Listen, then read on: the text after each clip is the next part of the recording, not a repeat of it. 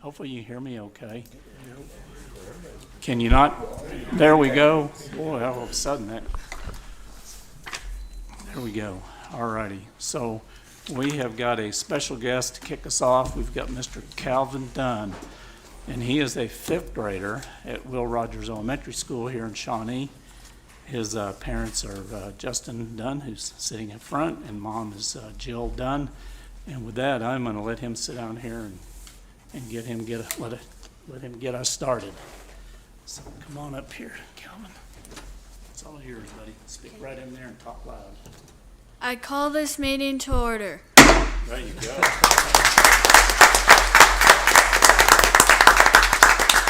Let's go around this way.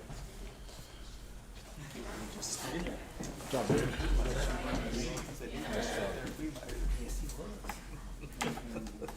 Justin, you come right over and get pictures. Get where you want it.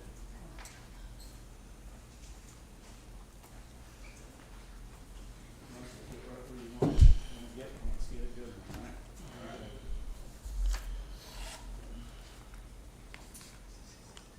All right, very good. Good job. Thank you, buddy.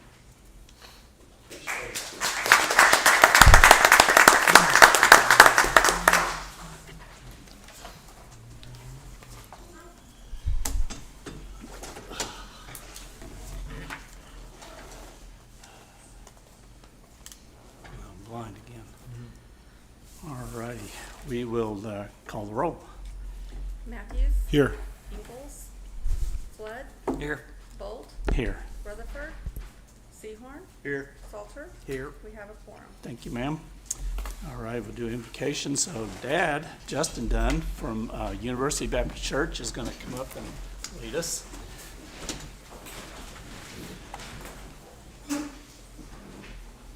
Let us pray. God, may we be quick to listen and slow to speak. Thank you for this opportunity of government to do it for the people and by the people. May we listen and speak for not just our own good, but for the goodness of others. May we listen and may we speak with kindness and an effort to understand and to be understood. God, thank you. It is in the name of Jesus I pray. Amen. Thank you, Pastor. All right, we'll do flag salute. I pledge allegiance to the flag of the United States of America and to the republic for which it stands, one nation, under God, indivisible, with liberty and justice for all.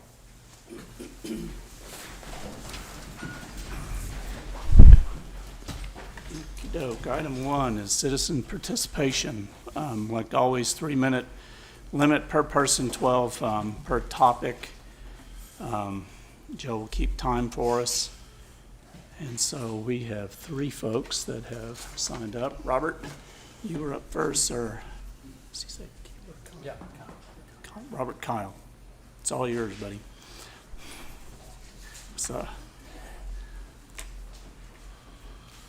how are you tonight? Good evening, Mr. Mayor, City Commissioners, Commissioner-elect. This is kind of something that I had made this as a comment on my What's Happening in Shawnee Facebook group, but I wanted to make this as public record here for the entire city to listen.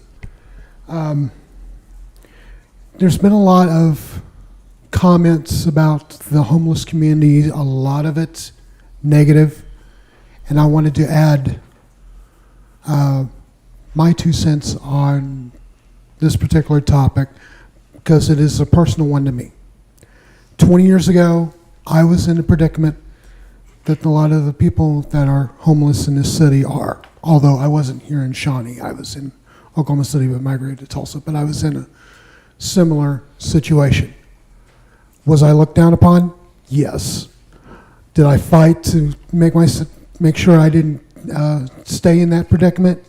Yes. These people that are the homeless here in Shawnee, we, the city commissioners, the mayor, those watching on the playback or live, We need to give them a chance. We need to love on them. We need to pray for them. We need to help them. We do not need to vilify them. 20 years from now, if we do what we can to help them get themselves back on their feet, who knows? 20 years from now, they may be calling Shawnee Wolves games. They may be sitting in this particular chamber right here.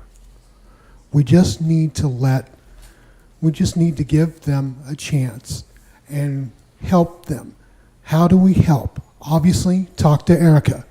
Volunteer for the Resource Center. I was going to say maybe beg and ask Creed for a few of his game checks. I don't know. But anyway, we need to help the homeless of Shawnee, not vilify them. And with that, I yield the rest of the time. Thank you, sir. Next up is Rob Morris. Microphone's all yours. How are you doing, Rob? Tonight I have some things about the homeless too, actually. Somebody from around here, his niece became homeless in Oklahoma City, and he hadn't seen her for a couple months. Ran into her in downtown Shawnee, still homeless, and asked his niece, "What are you doing here?" And her reply was, "This is where everybody wants to come. Everybody tries to get to Shawnee because we give the free ride here to everybody." Now that's coming from a homeless person who is not homeless. Excuse me, homeless now, by the way. That's coming from someone that was homeless at the time to a family member. I have no reason not to believe that. And I think we see that around here. Now, the next thing with the homeless, I have a quote from a commissioner that was interesting. It said, "I know there are some true homeless who need somewhere to sleep, but a lot of the people most people see as homeless do actually have a place to live."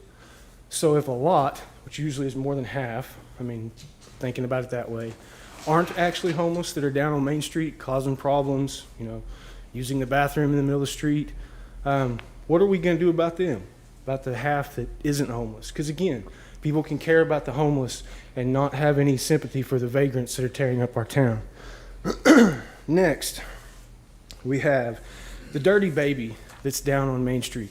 Live baby, real human being child in a diaper that's an infant.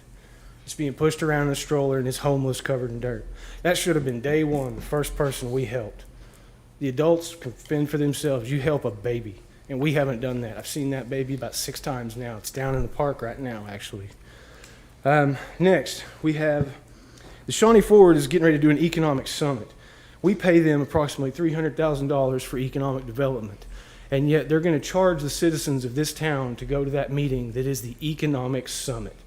It talks about Shawnee Line, the state of this town, something that any resident in this town should be able to go to for free, not Shawnee Forward making money off of them. Now, there are a lot of things that Shawnee Forward does that is entirely their business. Keynote speakers on different topics, things like that. This is not one. You can look it up on their page. It'll tell you what's supposed to be there. So I'd like to know why we have to pay. Let's see. Depot, while continuing the visioning for the inside, can we just fix the outside? Possibly even put like a metal canopy over the beard cabin to protect it from the harsh weather, but also it won't cost an arm and a leg. Let's see. Do I have anything else? For the commission, obviously there's 7 of y'all. 6 of you are the decision makers. The last one, Mr. Mayor, you are the tiebreaker. You shouldn't be making motions on things. It's for the 6 of these gentlemen or ladies, whoever happens to be sitting there, to make the decision, and if they disagree and it's a tie, you get to make the difference. And the very last thing, something I take seriously, and people can take it seriously for varying reasons, but the Pledge of Allegiance, when we do it, I grew up my entire life that you stand, you say position, attention, position, pledge, or attention, salute, pledge, depending on the scenario. We don't do that. We just stand up and start a willy-nilly saying it, and everybody else has to figure out when to jump in. If we want to make Shawnee together, and we all want to be a part of a town, there's one little thing we can do together. With that, thank you. All right, thank you. Teresa Cody, you're up. How are you tonight? I'm good. Commissioner, Mayor, I would just like to speak to you a little bit tonight about, go over some of the rates increases that we've had over the years. Some of you guys hadn't been around that long, and may not realize that we've had so many rate increases, and we're not real sure what we've got for those increases over the years. April 7th, 2008, City Commission awarded a contract to the Municipal Finance Service for a water and wastewater rate study. April the 21st, 2008, City Commission approved a water and sewer rate increase of 8%. September the 8th, 2009, based on a water and wastewater rate study, the City Commission approved a rate increase phased in over 5 years, 2009 through 2013. This increase was to fund infrastructure improvements over a 10-year period, include a 30-inch water line from the lake to the treatment plant during the first 5-year period, and a tie-in to a Atoka line during the second 5-year period. The tie-in to a Atoka line never occurred. Then I've included December the 17th, 2018, water sewer rate increase, residential and commercial. December the 17th, 2018, added or increased the following fees: transfer of service fee, residential deposit, processing fee, rescheduling fee, cutoff notice fee, after hours connection service fee, meter maintenance fee, added as defined below, and I've give you the schedule below. Meter size and the fee rate per meter. August 3rd, 2020, water rate increase, residential and commercial.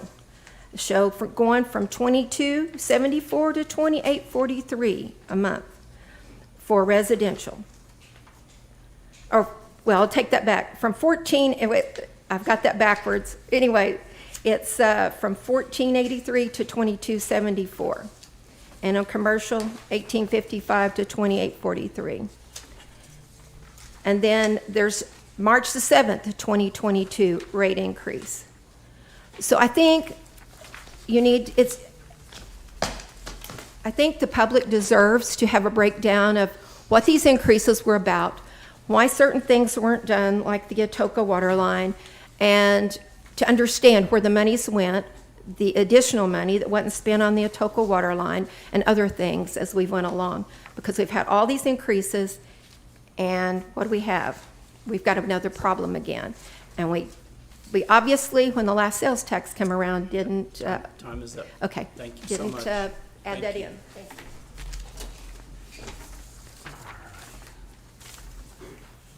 Item 2, we'll consider minutes from the August 15, 2022 regular meeting. Anybody got a motion? I move to approve. Thank you, sir. I'll second. Daniel. And Mark. All right, we have motion and second to approve item 2. We'll call the question.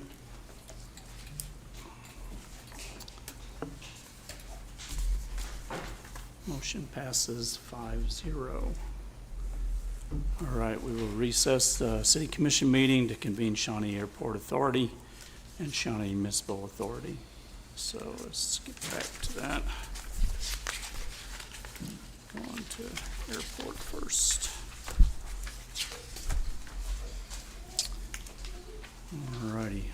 Item 1, consider approval of minutes from the August 15, 2022 regular meeting.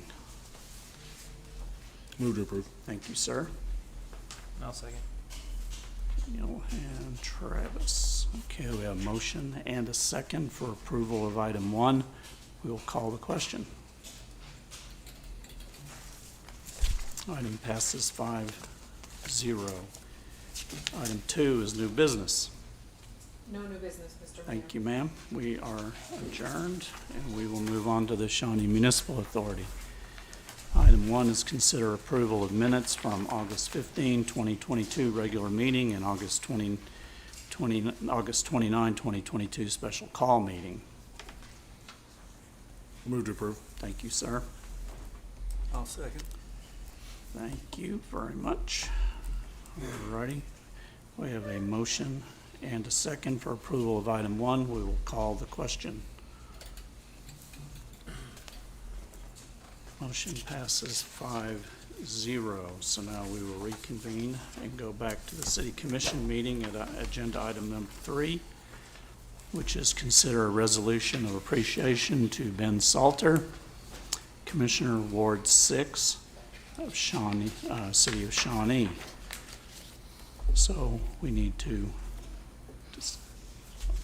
we can have a motion, or you guys can talk a little bit on that, or whatever you want to do. I'll move to approve the motion, Thank you, sir. or the item, I'm sorry. Do we have a second? I'll second. Thank you, sir. Okay, we have a motion and a second, so we'll turn over to Joe. Thank you, Mr. Mayor. A resolution expressing appreciation for the outstanding service of Ben Salter as Commissioner of Ward 6 of the City of Shawnee, Oklahoma, providing that said resolution be spread upon the official records of the City of Shawnee, Oklahoma, and providing that a copy hereof be presented to the said Ben Salter. Thank you, sir. All righty, we have a motion and a second for approval of item 3. We'll call the question. Motion passes 4 in favor and 1 abstention. Okay. Item 4 is a presentation of the resolution of appreciation to Ben Salter, Commissioner, Ward 6 of the City of Shawnee. So, Benny, I think we're going to go down front, aren't we? Is that the plan? All right, let's do that.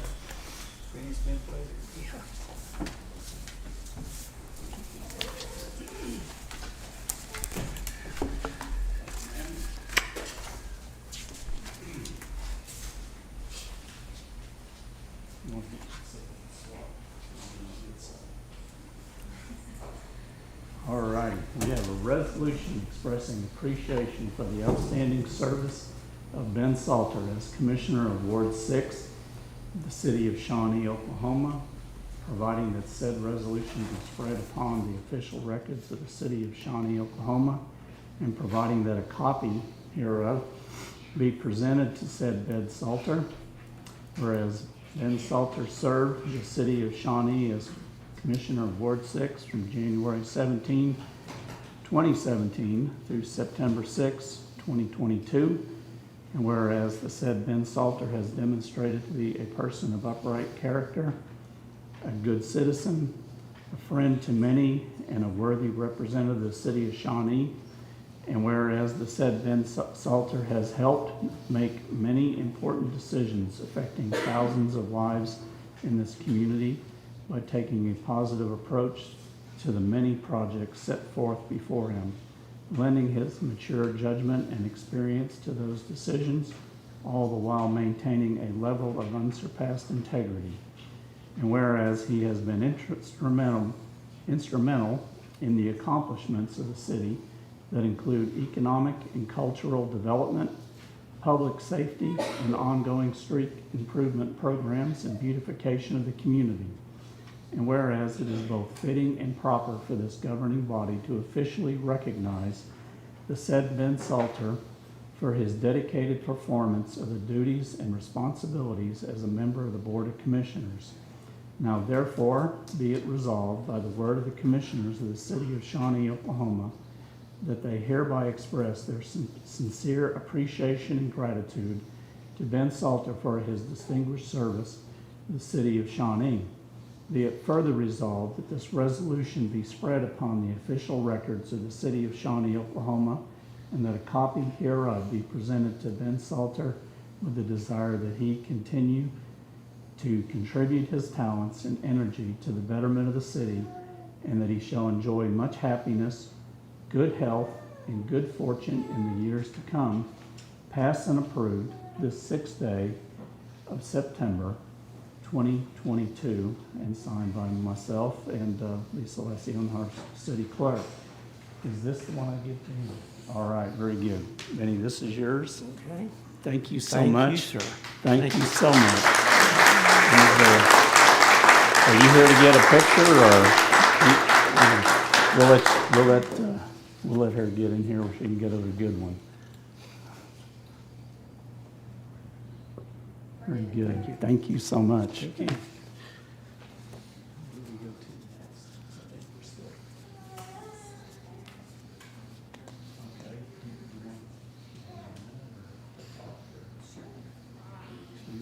Floor is yours if you'd like to speak. Thank you. Thank you, Mayor. Special thanks to all of the city staff, especially administration, department heads. You've answered a call every time I have called you, questions, and I hope to meet this person someday. Thank you.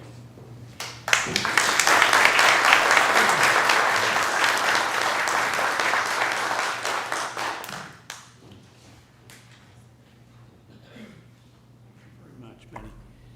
Okay, item 6 is, let's see, item 5, swearing in of Ward 6 Commissioner Lauren Richter. So Lauren, if you would come down front, the city clerk will swear you in.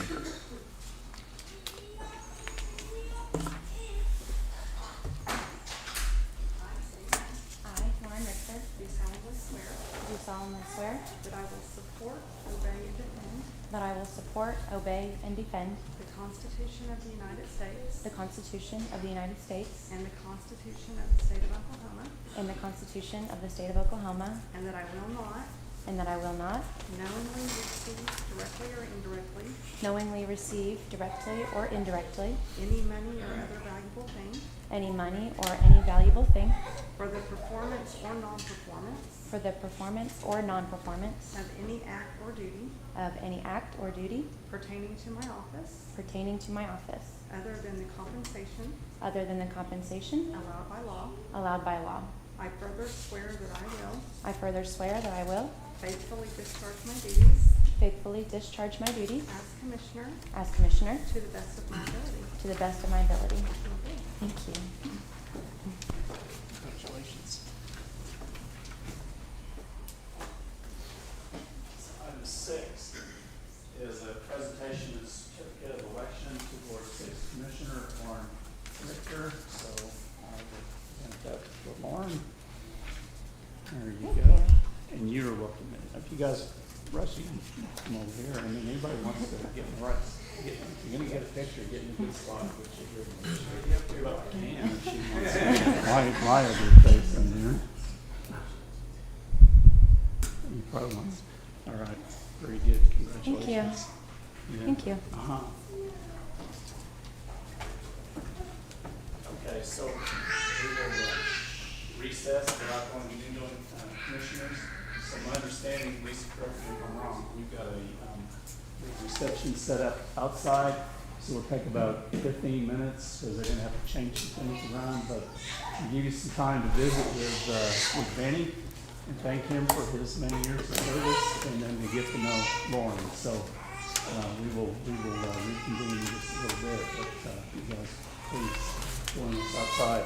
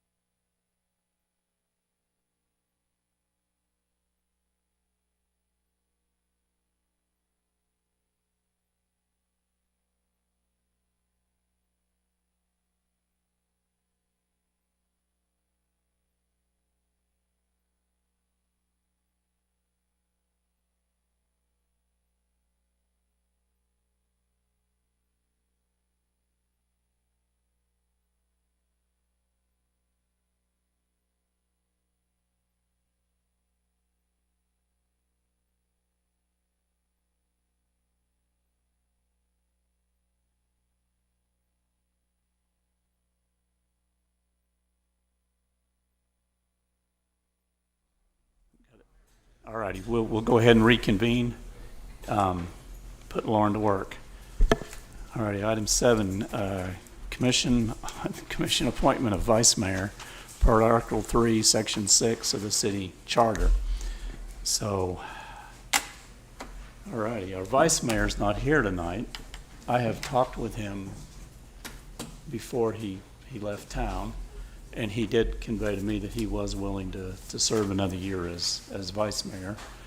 So I think we ought to take him up on that. I'm in. You I'll want to make a motion to approve So, I will second. in a heartbeat. It's already on his name tag.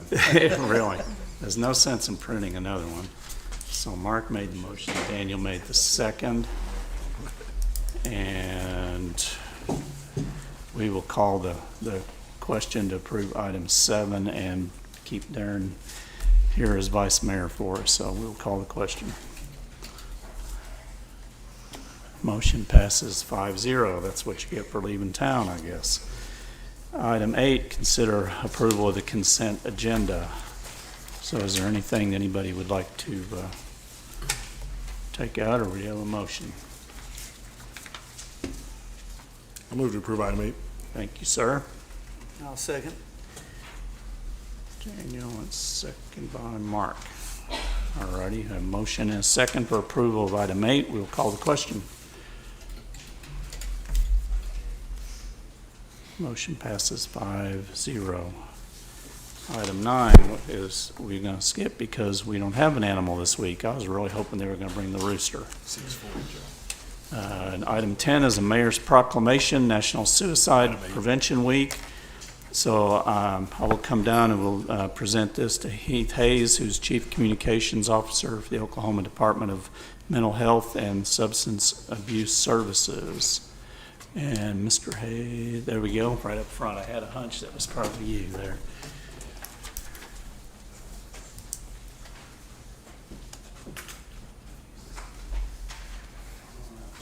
All right, very good. What's your name? Emilio? Yeah, very nice to meet you. Yeah, very good.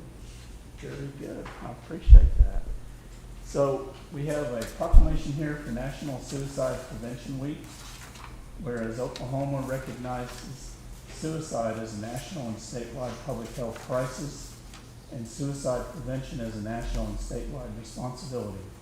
And whereas suicide is the 12th leading cause of death in the United States and 3rd leading cause of death among children and teens aged 10 to 19, and 2nd leading cause of death among individuals between the ages of 20 to 34.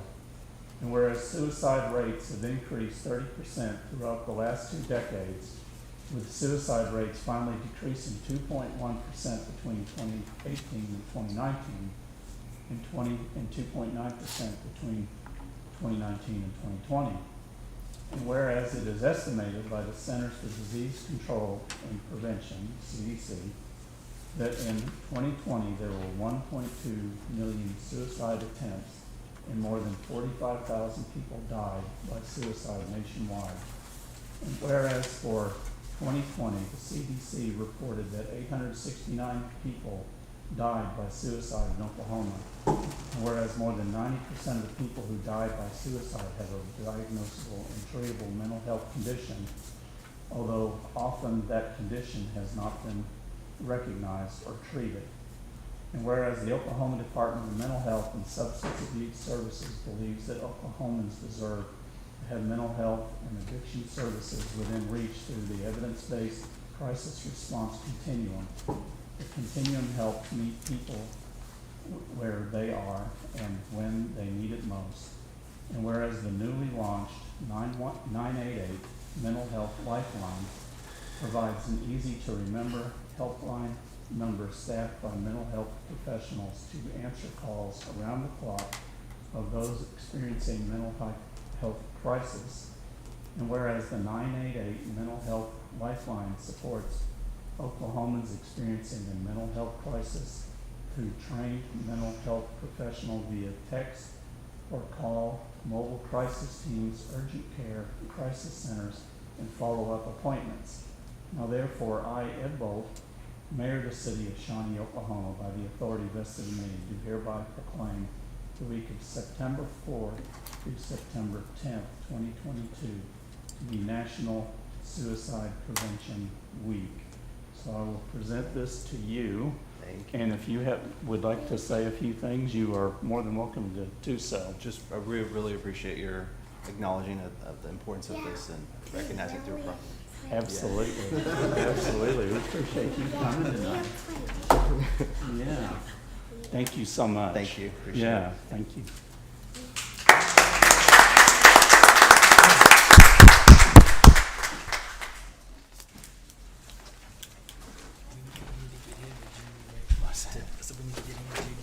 Yeah, that'd be good.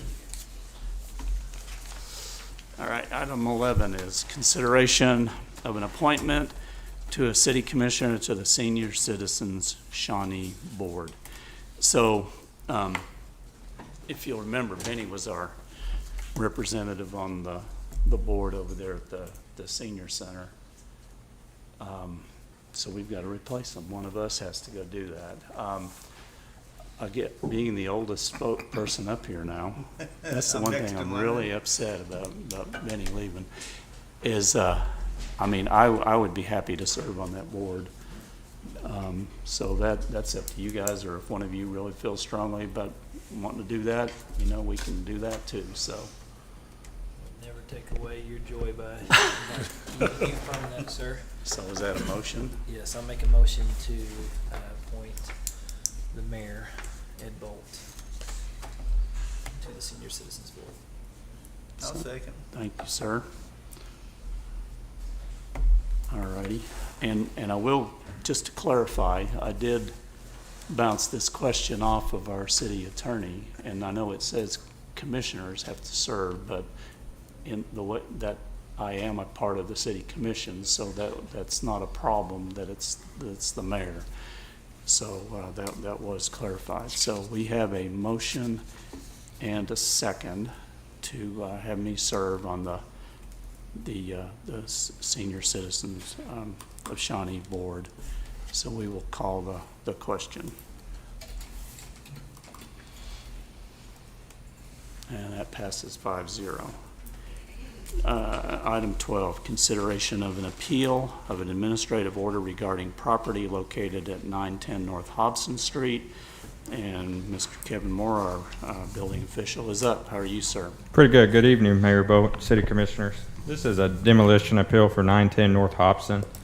The residential structure at 910 North Hobson Street was brought to a public nuisance hearing on the following date, 8/25 of 2022. The owner failed to appear for the hearing on August 25, 2022. The structure and property are not being maintained, and the owner has not made an effort to clean the property. The particular property has had public concerns regarding safety and diminished property values of the neighborhood. Staff requests denial of the appeal and the right to proceed with demolition. All righty, thank you, sir. Any discussion up here? Any questions for Kevin? All righty, I know the property owner is here, and if you would like to come in and address us, you're more than welcome to do that. And if you would, just so the city clerk will have it and everybody up here will have it, just state your name, please. But well, come on right up to the mic, and you just take your time.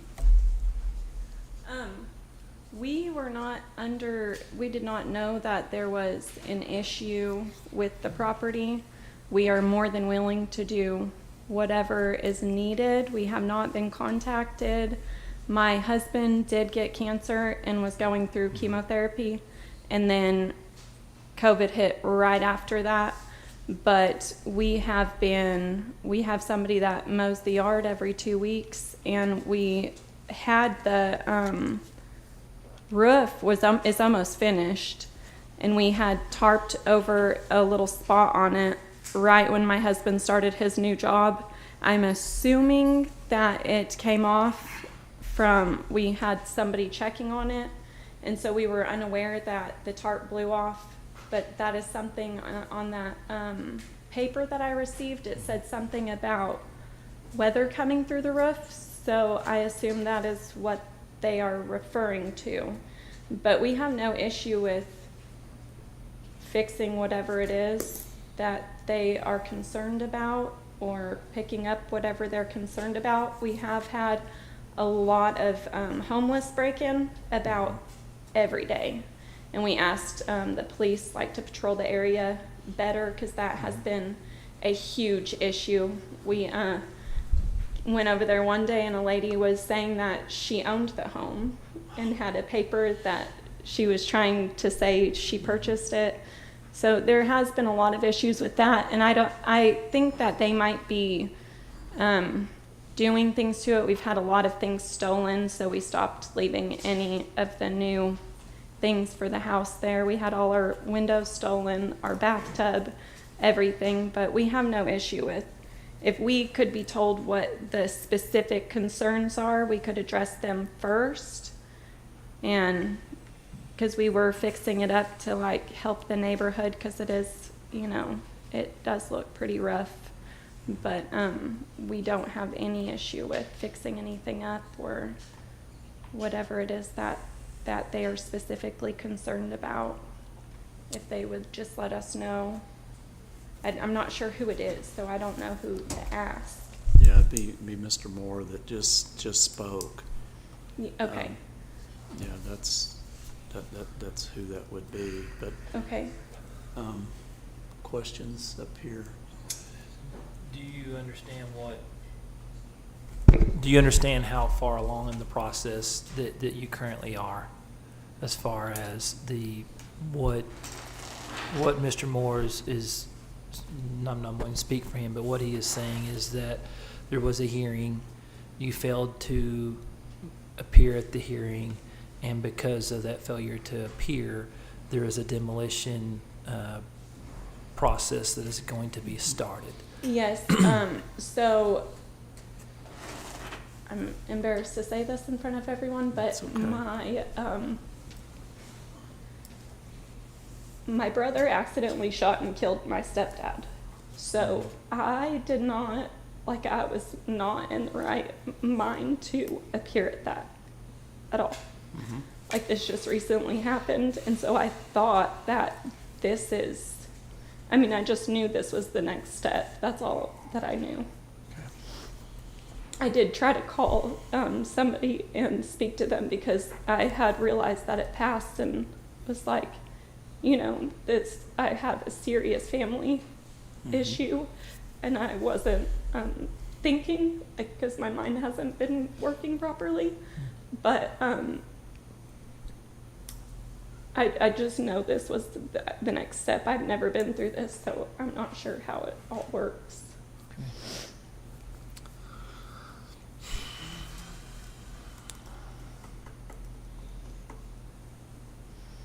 Any other questions?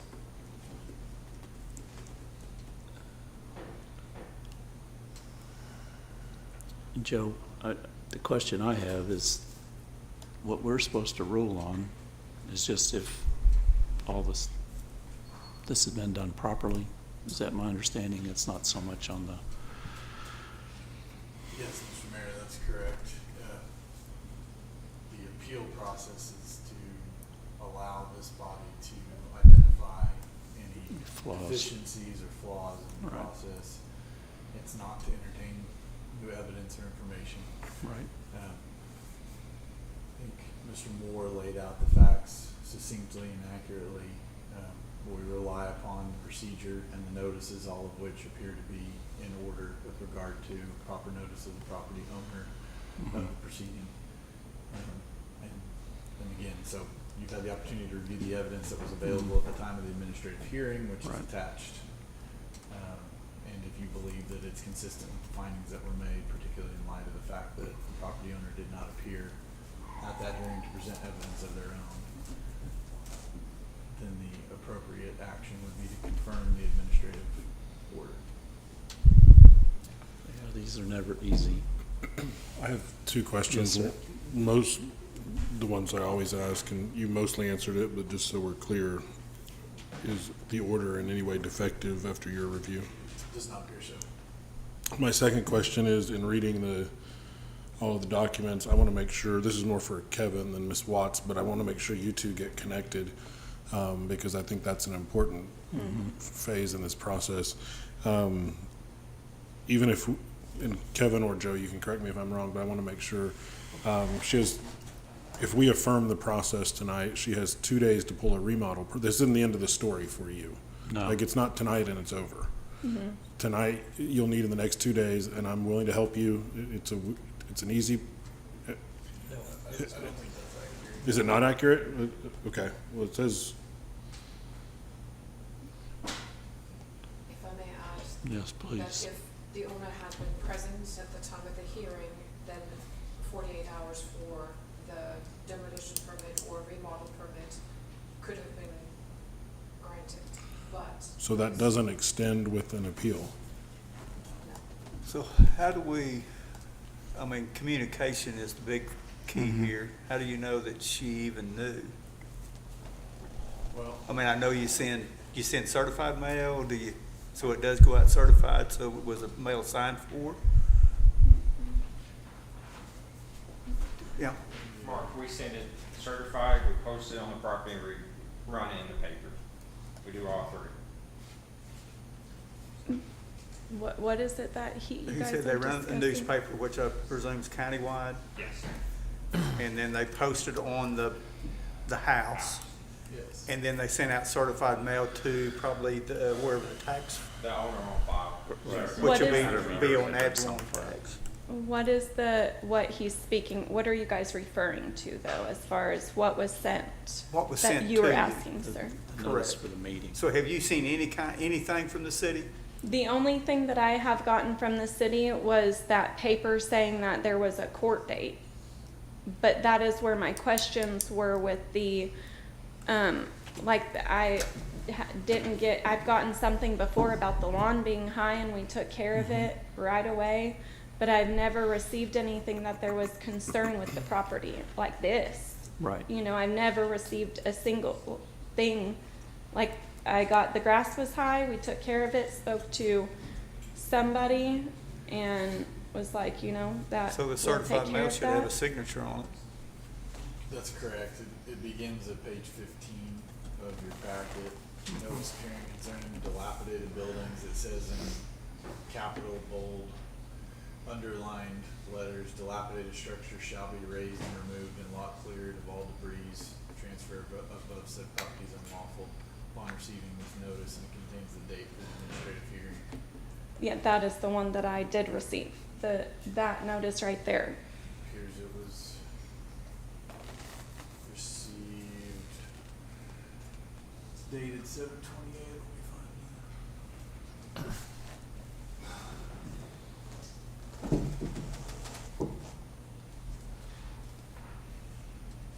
Mailed certified the same day.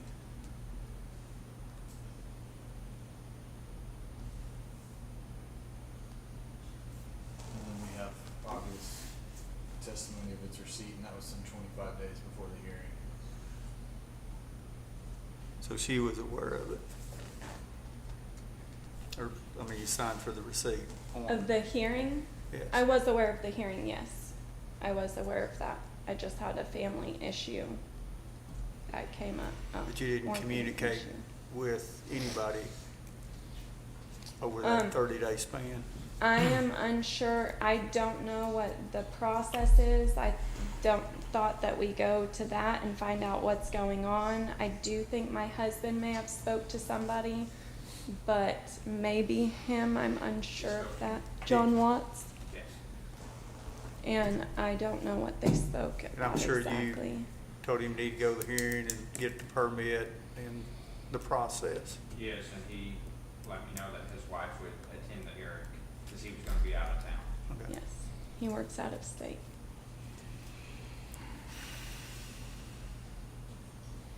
So is that, I think, you know, I've been generally supportive of the city on these and the process that we follow. I'm curious because in reading the report that we have, the report says you have 2 days to file the remodel permit, 180 days to make substantial process.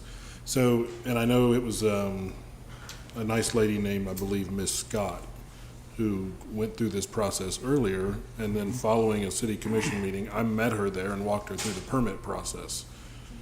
That was an appeal, which was after a hearing, right?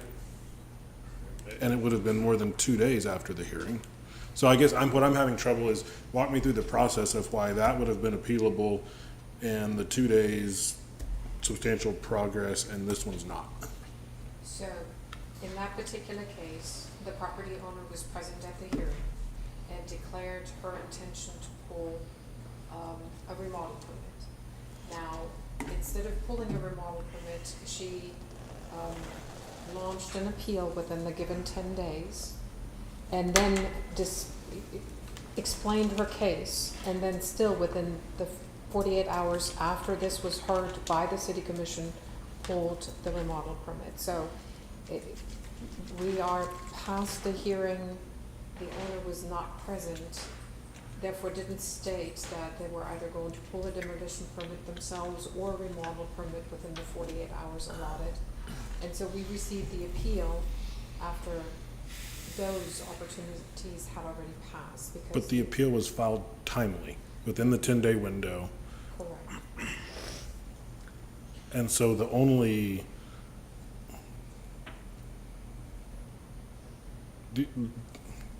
difference is attendance at the hearing versus Not attending. not appearing.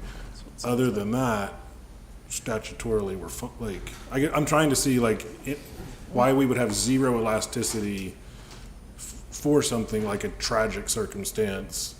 We don't have it in the codes to have that additional option. Once the hearing is closed and no declaration of I will pull a permit was made by the property owner, that closes that hearing out. I mean, So can they change hearing date if they would have called and said, Typically, I'll let Kevin speak to that, but typically you allow them to move it if there's good cause shown, is that correct? If there's good cause, then you let us know a if they're in the circumstance like hospital, that. or, I mean, there's I mean, something if you're, that, Or appear, or have someone appear and request that you have more time to present evidence.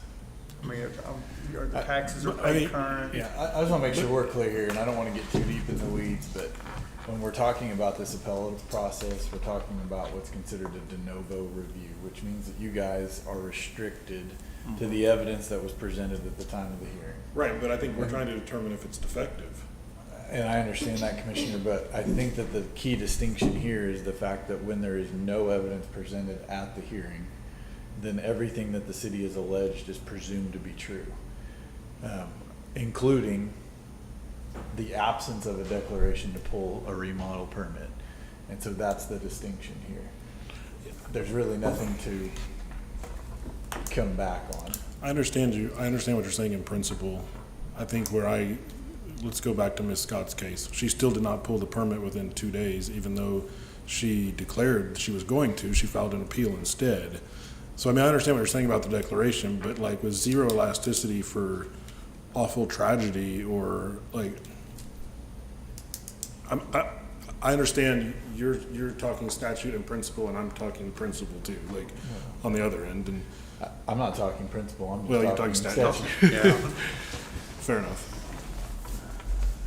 So is there, I understand that was sent, The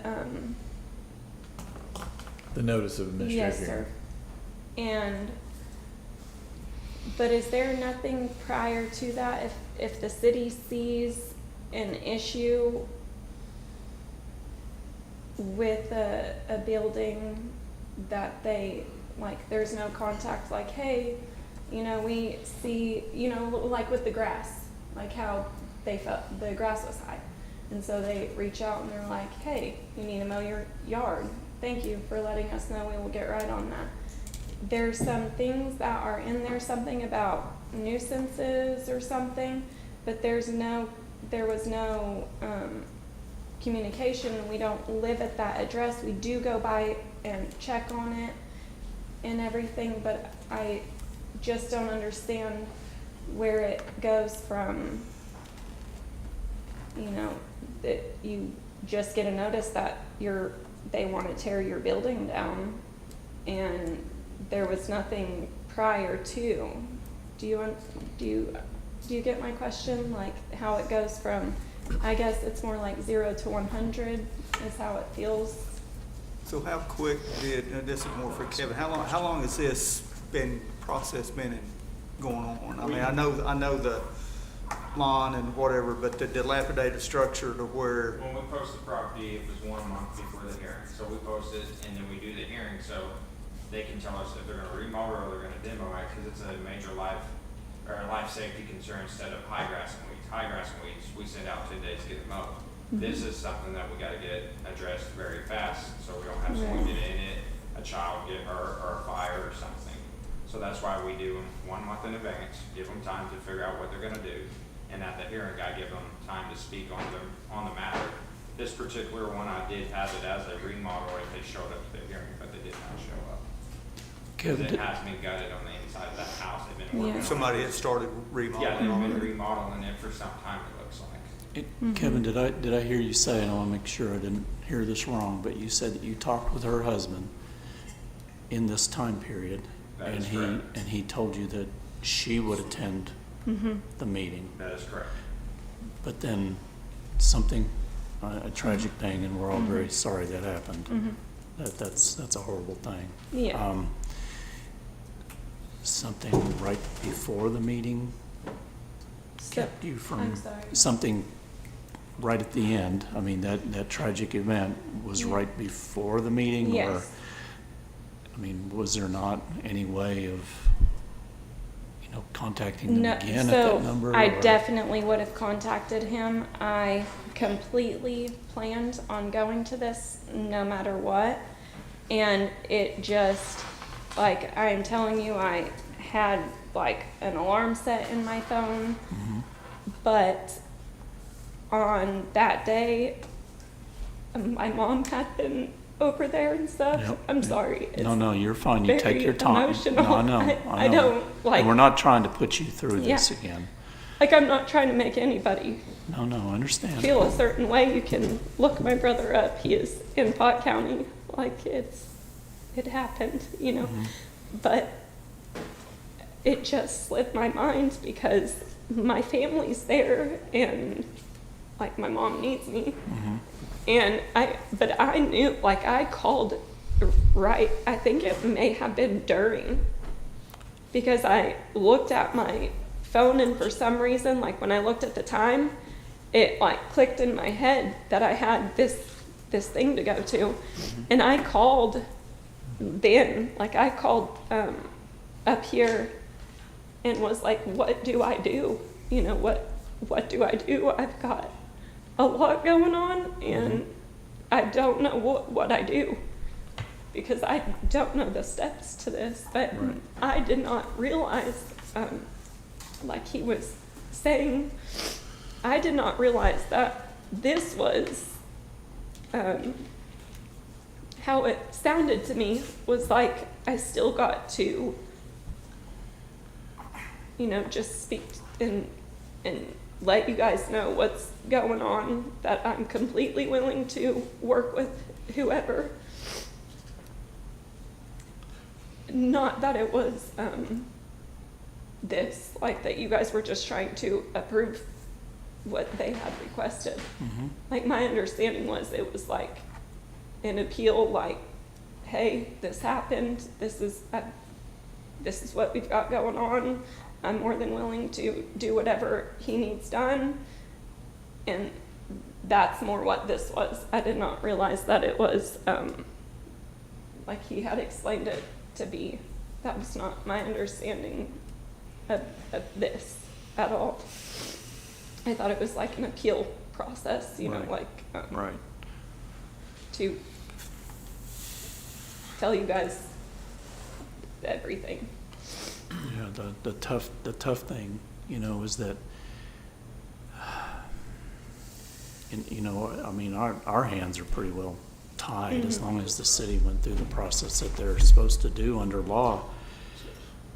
You know, when it gets to this point, our hands are, I mean, no matter how sympathetic we may feel Right. to you and very sorry for what your family went through, I mean, you know, I feel like under existing laws, and Joe, you jump right in and correct me, I mean, I feel like our hands are tied, and that's not even what we're ruling on, it's just that the Correct. city follow all the Correct. steps that are on the books. Yes, sir. And right now, it sounds like, you know, they did. I have a question. Shy, Sorry, go ahead. Well, I just want to clarify one thing, just so that we're, please. while staff is making a recommendation based upon our interpretation, I would certainly not say, Mr. Mayor, that your hands are tied. That's why the appellate process exists, so that you, as a body, can independently evaluate the information put before you. So, we believe the information to be compelling, and that's why we've made the recommendation we have, but your hands, I don't think it would be fair to say, are tied. But, I mean, normally what we're asked to rule on is, did the city follow the steps? Correct. And that's what we're here to rule on. Go ahead, Daniel, I know you had something. The meeting was on when? The 25th, the hearing was. What time? I think it said 2 You know, the p.m. part I don't like about it is how Yeah. quick Well, it comes to a head. Hold on. Well, I'm sorry. But when was the meeting? 10:30. 10:30. And we received her appeal letter that day. Correct. I'm gonna have it. I am, as I've said, I'm very supportive of the city's process in this and how we handle them. I'm not comfortable with this one. This wasn't a strict no-show. To me, the person made an effort on the day. And so, like many things, we've had conversations about clarity of process, and I struggle with this one because clearly they tried to get here, or I can't judge that intent, but we received their appeal on the same day, and how we can't or even, I know it wasn't at the 10:30 hearing, but in the day they declared their intent to remodel. I mean, it's just different than to me, it's a different situation than someone that just no-shows, and then when the city agenda, or 2 days before the agenda comes out, says, oh, no, I don't want you to do that. So I don't see a compelling reason to spend taxpayer dollars to knock down a house that we couldn't give them 2 days to file a remodel permit. And I know that's not the rules. I know we follow the rules, but I struggle with zero elasticity.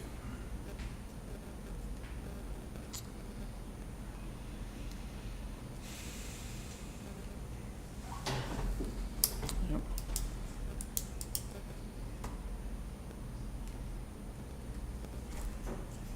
I mean, it's just skewed. I mean, I just sat there and looked at the rubble down there by the depot that's been laying there almost a year. I mean, it takes us a year to get that cleaned up, yet we can take her house down in 30 days. So, you know, We haven't even had a there's hearing a on building the down depot. on, you know, West Main that doesn't have a roof on, it's been down there for years. You know, at some point, why do we not get that tore down, yet that happens that quick? If I may add to Yep. the discussion, Sure.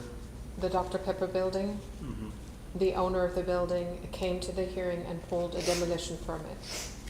At that point in time, the city's hands were tied because we had to wait until that demolition permit expired, Which is 6 months. which was 6 months. Once it was apparent that the permit expired, the property owner did nothing. The city then went out for a bid to get quotes on the demolition of the building, which is currently ongoing. Very similar to 1 West Main, where the owners filed for a demolition permit but then failed to move on it. Has that expired? It has expired, and we will be doing the same, going out for a bid, for a quote for the demolition of that building. But that is, once the property owner pulls a demolition or a remodel permit, at that point in time, all city action comes to a stop. So the one building on West Main that had the facade that had fallen off and had the fence around it for so long, didn't he pull a demolition permit? We let him remodel it? He put a remodel permit. But that went on for several years with no work. At least a couple. Well, I mean, finally we finally- feet in the finally. fire. It's like we're gonna tear it down. But yeah, it took us, and that was definitely a hazard to somebody. It took us 2 years It had a pretty before we safe pallet fence even around it. before we were gonna tear it down. So, can we do that process in this instance? I mean, I think the difference, Commissioner, is the fact that those individuals appeared at the hearing, were granted the reprieve to pull the permit, On the and they dilapidated did pull the structure. permit, which began the clock ticking on that 6-month permit, and in at least one of those examples, there was enough progress and/or extenuating circumstances relating to COVID to allow a second permit to be pulled. So it's again, I certainly understand the questions from the commission, and we're dealing with technicalities because once a person engages that permit process, they are given additional time to take those steps under our rules.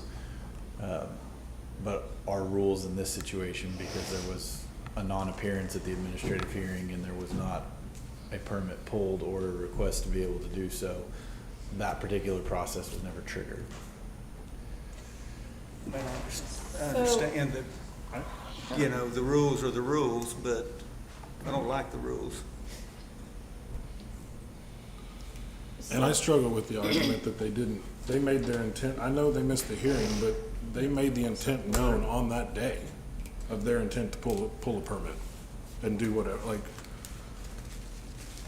But they missed the time. I mean, I don't know. I don't. And I'm very supportive of the city's approach and how we handle it, and we do it right, but on one like this. Well, and we've, you know, the thing that bothers me is we deviate from this, then it opens up the door for Yep. somebody who just tore their house down. Yep. So, you know, we're kind of catch-22.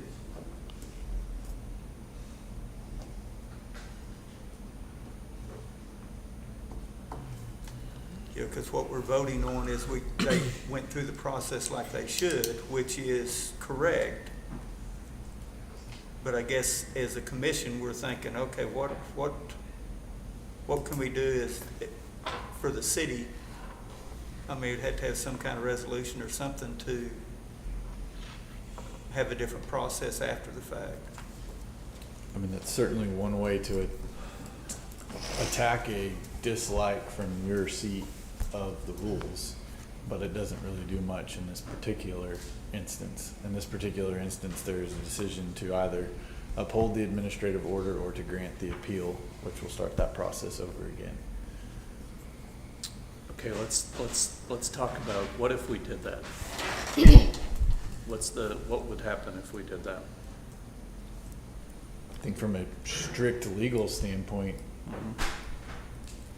Mr. Moore's office would have no choice but to reinstate the identical process that was undertaken this time around with notices and things of that nature. It is potential, just for your guys' edification and maybe guessing what the next question might be, that while that process is being carried out, that there could be communication between the property owner and the city to try and reach resolution or lay out next steps and expectations that have been requested here tonight. But the process would look, in my opinion, and City Manager Kevin can correct me if I'm wrong, would look very identical to the evidence you have before you tonight in your agenda packet as far as notices, concerns, evidence, hearing, timing of hearings, timing of moving forward with this process. There is a concern that unless it is very clearly defined on why this appeal should be granted, it would open up a door for every other appeal that would not conform to the codes we currently have, to then also have the possibility of being granted. So it would have to be very narrowly defined. And even then, there is, because it is departing from the established protocol and process, there is a risk that that will affect future appeals as well. So, is it the city's position that whether through irresponsibility or tragedy you miss the hearing, you lose all ability to appeal? No. Legally speaking, no, because we're actively engaged in an appeal process as we sit here today, and this property owner did in fact miss the hearing date. Fair But play. again, But- I don't mean to be hyper-technical, No. though, but I want to be clear that that right exists for all parties. Right. But the ability to bring in new evidence, new information is limited. To the city manager's point, and if I'm hearing the concerns that the commission is expressing, I would suggest that if this appeal were to be granted, it sounds like it would be on the grounds that there was unavoidable circumstances on behalf of the property owner that made it impossible for them to be there at the correct time to assert their position. And such a narrow finding is certainly within this commission's purview to make. Because again, that's part of the record, right? We have in the record that has been presented the date of the hearing. We have in the record the date stamp of the appeal. And so absent any other information, that conclusion can be drawn by this commission. And I think what I'm getting at, and thank you for that clarification, because I think it's important. You don't lose your right to appeal, but if you had been at the hearing and the clock stops, right? I mean, if she was at the hearing at 10:30 and made the same assertion she makes in her letter, the clock stops. And the 48-hour window to pull a permit would not kick in until we deny the appeal tonight. Procedurally, if that is what And it's so, supposed to be, then that's which correct. gives us, as a commission, as we had the case a few months ago with Ms. Scott, almost a third option of you uphold the appeal because the city followed the process, but it gives them the 48-hour window to pull the permit and 180 days to make substantial progress. What I don't like is the city followed the process. Ms. Watts had an awful tragedy. Due to the tragedy, she missed the 10:30 window, but she made the same appeal she would have made at the 10:30 meeting on the day of the hearing. And yet, we're either tear her out now because she missed the 10:30 meeting, even though she made the clock didn't stop. And so, if I'm reading the legal tea leaves correctly, it's either uphold the appeal and the house goes down with no remedy, or we have to go all the way back to step one, and this step three that we have, if she made the 10:30 meeting, isn't available. I think that that's an accurate recitation of where we are. Not to go back to last month's meetings, but if you're looking for the third option, I don't think Right, it exists. I don't see a third option, and in a case like this, again, I appreciate that the city follows the protocol and the effort they put into it, and have been a big upholder of that, but it's when we've had that third leg that allows people to make a proper appeal in a situation like this, where clearly she made the appeal on the day of the hearing, but at the not at the 10:30 meeting due to a tragedy. I would say we should err on the side of people and not paper.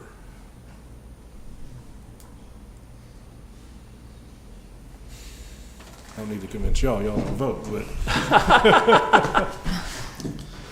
I mean, I feel like we're caught in the middle where, like, if we vote to uphold the appeal, what I really like to give her is 48 hours to put her money where her mouth is, do the permit. We don't have that option. Well, and Kevin even had anticipated to pull a building permit. Isn't that kind of what you presumed we were gonna do? Yeah, on that structure. Yeah. understand it to be. So, Because it wasn't bad enough to, I felt that you couldn't remodel it. Mm-hmm. she just didn't show it at the meeting, so at that point, it went to the next step. Sure. It sounds like she had a very understandable reason.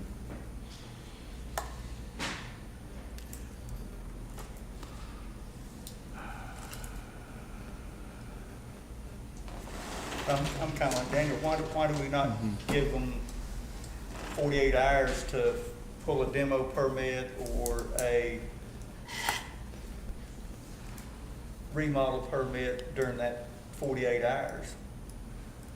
Even if they didn't come They to didn't show. The ordinance doesn't allow that discretion. Mhm. That's why, I mean, that's probably So not the we answer need you to want. change the but- ordinance if we Yeah. want to Right. give them 48 hours to do something. Because if that would have been an option, they could have pulled the permit in that 40, staff, I Right. think gladly Staff would could have, have said, staff you would need, have you gladly gotta told be them, here. you missed the And we hearing. wouldn't be having this conversation. It was, the administrative order went forth, you have, or even if they file an appeal and it stops the clock, as it normally would, if you file it within 40, And I know that date is probably set there to get their attention, you need to come and do it. I mean, I understand why it's in place, but in this situation, it's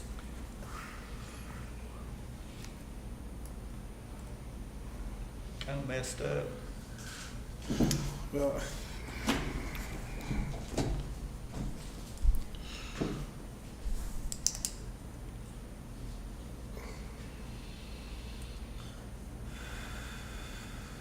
and you don't want to open a can of worms, but I think ultimately you want to do what's right.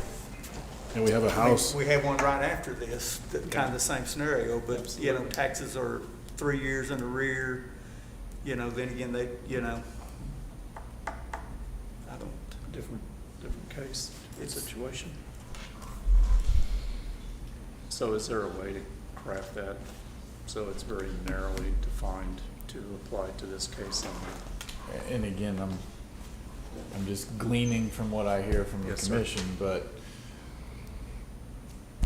your review of the record, the key factor that has created concern is the fact that the very date of the hearing is the date of the appeal.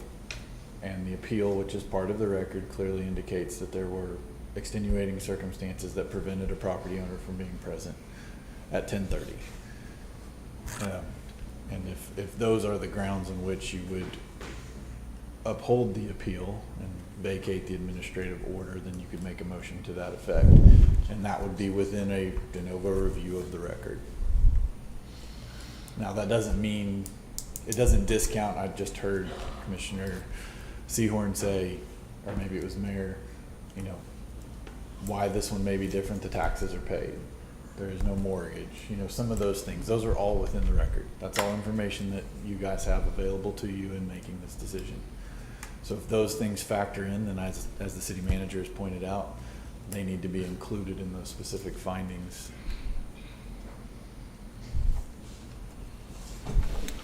I'm gonna take a stab at it, and There you go. I don't know, anybody have any? Yeah, anything else? Okay, on page 6, the administrative order, I've been looking at it this whole time, just kind of trying to take it all in. It says at the very bottom, you have 10 days to appeal this to the city commission. She gets that, she comes, she does the appeal, she sits here in front of us. What does the city offer as far as, I don't know if I'm even using the right words, because I'm in the same boat as her. I don't know the process at all. So I'm learning just as much as she is. She probably actually knows more because she's in the middle of it, whereas I'm just kind of starting out with it. When it says you have 10 days to appeal this to the commission, and she's done that, what does she get from that? I mean, she comes here, she does all this, she you know, shares everything with us, we get new evidence of it, and then what does she leave with? And that may have already been said between everybody, but if this were me, and I think, okay, I'm gonna go appeal, in my mind, I think, okay, I'm either going to have this place saved, because that's what I want, because I'm appealing, or they're going to deny that of me. So I'm just like, when she comes in, she wants to know what she's gonna get out of all this. She's willing to make the effort. It's stated, I'm with Commissioner Matthews. She made the effort the day of, and that means something to me. So maybe it's just me learning the process even more, but coming to speak in front of us and saying you have, because it doesn't say, it just says you have 10 days to appeal this to the commission. It doesn't say like what you could get out of it or what that means later on, unless I'm missing it on another document, because there's kind of just photos intertwined with it all of the property and different dates of posting and where they were posted, the notices.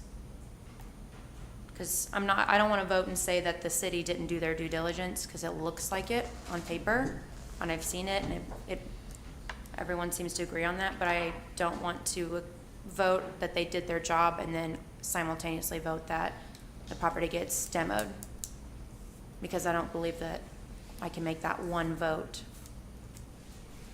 that way. Does that make sense?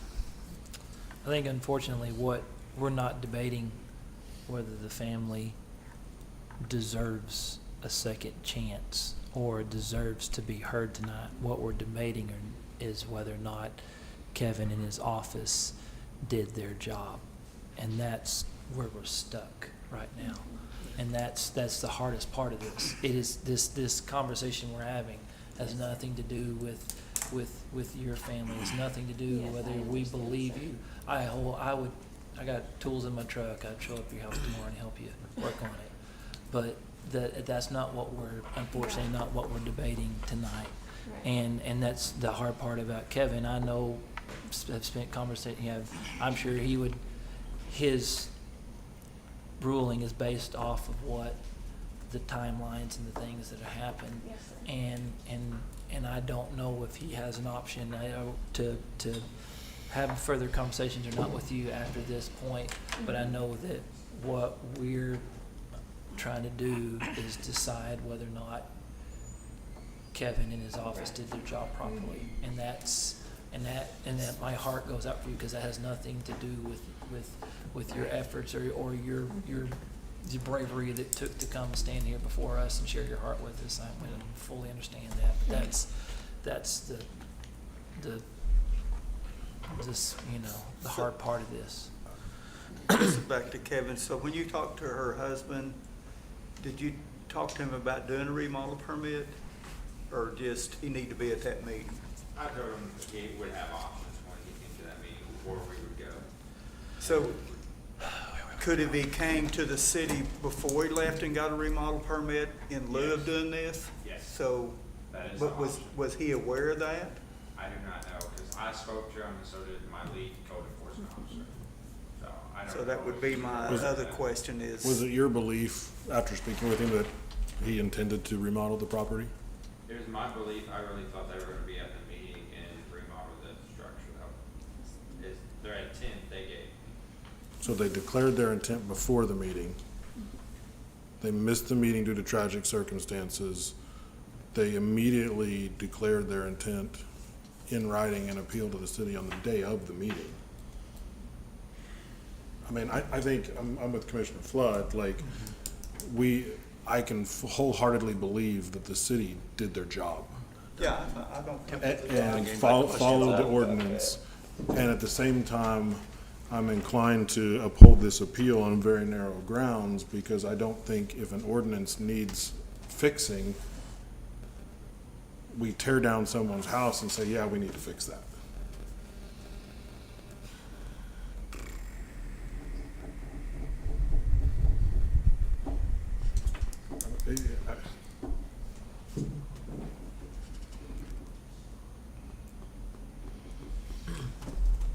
So I'll take go ahead, sorry. Oh, go ahead. So, which I'm going back to Kevin, in your opinion, the house is fixable? That is correct. I mean, structurally, it's something that you just presume that we're gonna get remodeled. That is correct.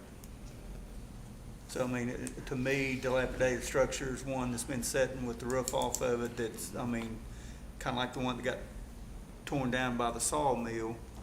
I mean, it's rotting away. You know, and I'm sure with it being 5 years, no utilities in it, there's gonna be a hidden wasp nest in there, just from a standpoint, it's gonna be more involved than you probably anticipate. Remodeled 6 months, start to finish. No, it's 6 months. If you show me 50% that you've got it inside and out completed, we extend it. If you're showing you're working, now if we show up in the 6 month period and you've replaced one window and the rest of the house is dilapidated, we're gonna say you didn't try hard enough, we're gonna take the house. But if you get in there and show, cause some of these are hard to get done in 6 months. Well, obviously it needs, I mean, it needs some attention. Looks like it'll be longer. We were duped with the electric, just so you know that. So I guess back to Joe, So, it sounds like we need to file a motion so, that we agree with the reasoning she didn't come to the meeting. that's my question. Upholding the appeal or granting the appeal is a win for Ms. Watts. Denying the appeal is the staff's recommendation. Is that correct? I think that's correct. I don't know that we, from a staff standpoint or a legal standpoint, would look at it as a win or a loss. No, I'm sorry. Okay, Ms. Watts is asking us, Well, I just want to read. no, Ultimately, Ms. Watts is asking us to grant the appeal. The other option is to deny the appeal, in which Correct. case the house would be. correct. Okay. And to do so, we are requesting in the ordinance demands that it be done so within the record that is produced and that you can consider. But as the appellate body, you are granted that discretion to do so. And I mean, we pointed out what the pitfalls Sure. of potentially exist are, and ultimately you must, as a body, exercise that discretion. Mr. Moore, if we were to deny the appeal in this vote, is there any allowance or any circumstance that you are aware of where the family may be able to convince you to reverse the process or to halt the process for to keep it from being for her to? I'm just asking, is there any, if we deny the appeal, are there any stop points at all that you're aware of from this point forward where communication can be returned and the process for remodel can be reissued? Yes, we follow procedure, obviously. If you guys deny it, my recommendation is she needs to get a remodel permit within 48 hours if it is falling to me. Yes. And then we'll do it month by month cases, looking at it, seeing where they're at. So we can make sure that they are proceeding like they're supposed to, because I don't want them to get out there Okay. and they I thought that wasn't don't get the an job option. done. Well, I thought that wasn't an So option. basically, But that's not an option I can give. It will have to come from City manager city. or city attorney. So that Okay, is. he's taking. That is, so if we deny the appeal, then your office does not have a second option. That would have to come somebody else. It would be a recommendation, I believe, of you Kevin's guys. hands are tied. Yeah. I mean, I'll answer that for Okay. him. Yeah. His hands are tied because the code of ordinance does not afford him the discretion to be able to do that. Okay, all right. The next step of the process has been triggered, which is an appeal to you guys. And there is a degree of discretion there. We're over here kind of racking our brains, but when we start talking about negative consequences of decisions on either side of this, it all boils down to negative precedent. And I want to be very careful that, again, and I think it goes to Commissioner Matthews' point, not to be argumentative, but when we talk about let's tear down the house and then fix the rule, the flip side of that is if we create or manipulate an interpretation of a rule to solve this problem, we may be creating 10 more. I And understand so that, I think, is the balance, because, again, in fairness, I don't think there's anyone sitting in this room that wants to see this house torn down because of what we've heard tonight. It's simply a question of, this is a marathon, not a sprint, and we've got to be very careful with regard to negative precedent. So I guess where I would kind of go with it, and Kevin may agree or disagree, the city manager may agree or disagree. I'm not going to take any offense if you guys grant the appeal. I don't think it's a knock on the job that has been done. I think, again, taking the facts that you're available to review, which is what's limited to the record that's been provided to you in your packet, if you determine, based upon factors that you can ascertain from that information, that this appeal should be upheld, then that is something that you've been granted the discretion to determine. I mean, it's important to me too, as we go through this process, that Mr. Watts declared his intent to remodel prior to the hearing. Like, the city was aware of his intent. So when we look at, if you show up at the hearing and declare your intent, well, we knew his intent. And I'm sure Kevin hears that Yes. on a daily basis. Yeah. And we And that's do, fair. and to let you know, I do not, 10:30, you're not there, it's over with. Sure, no, We wait 30 minutes till the next hearing at 11, is what we would have waited if they were a no-show. That's when we mark it down, and then we go to the next case. Which might have helped her if it was a flat tire, but Yeah. in a situation like this. Now, we do 10 a day right now, or 10 a month right now on one day, so that's how we do it. We do 1 day of all dilapidated structures.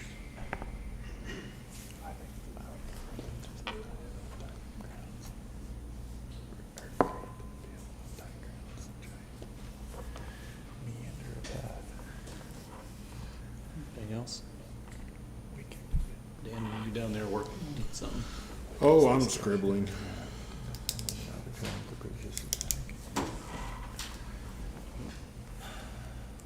Anything else we need to know from everybody? You found the option 3 yet? I always like option 3. Really? Where's that? We keep looking at y'all for help. Hey, if nobody has anything, I'll take a stab at it. Well, go for it. And then you can, Go for it. I make a motion to uphold the appeal or grant the appeal, finding that the city followed all the protocols, but on the grounds of the city believes the property is salvageable, taxes paid, there's no mortgage, and due to conditions beyond the applicant's control, they were prevented from attending the scheduled meeting. The applicant declared their intent prior to the meeting and filed an appeal, also with appeal and a notice of their intent on the day of their meeting. Okay, is there anything you see lacking in that, Joe? Nothing that I heard discussed that would be relevant to the motion, but certainly I can't make that for Commissioner Matthews. I think that is a succinct and narrowly tailored motion with regard to this particular issue. Okay, thank you for your, And we'll craft findings as a result so that there's a formal record. okay. And I have good notes too, Lisa. Did you get those? I'm happy to restate it. Would you like me to restate the motion? Okay. I was editing it as I went, so. Yeah. Just take your time, let's get it I right. make a motion to grant the appeal, finding that while the city followed all protocols within the ordinance, the appeal will be granted on the grounds the city believes the property is salvageable. The appeal will be granted. On the grounds the city believes the property is salvageable, the taxes are paid, there is no mortgage. Sorry. You're good. Okay. Granted the grounds the city believes the property is Salvageable, taxes are paid, there is no mortgage,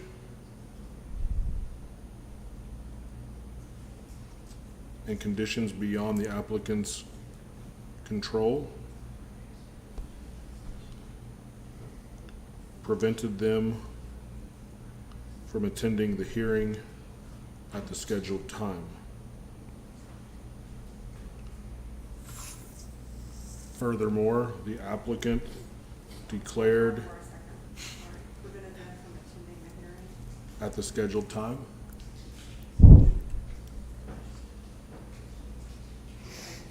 Furthermore, the applicant declared their intention to remodel prior to the hearing.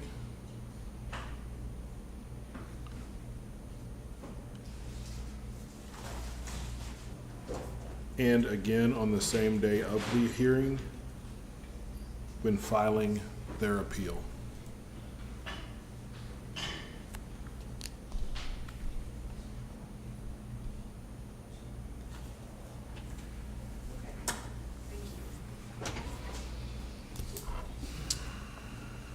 All right, you got it good? Is your hand all right? Yes. All right, so we have a motion. We have a second. Thank you, sir. So that was Daniel and Mark. Okay, so we have a motion to, make sure I say this right now, Jeff, to uphold the appeal. To grant the appeal based Yeah, upon to the grant the grounds appeal. contained within the Very motion. good. Okay, so we will call the question there, item 12.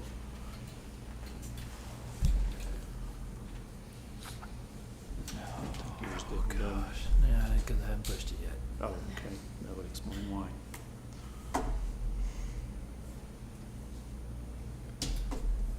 And that motion passes 5-0.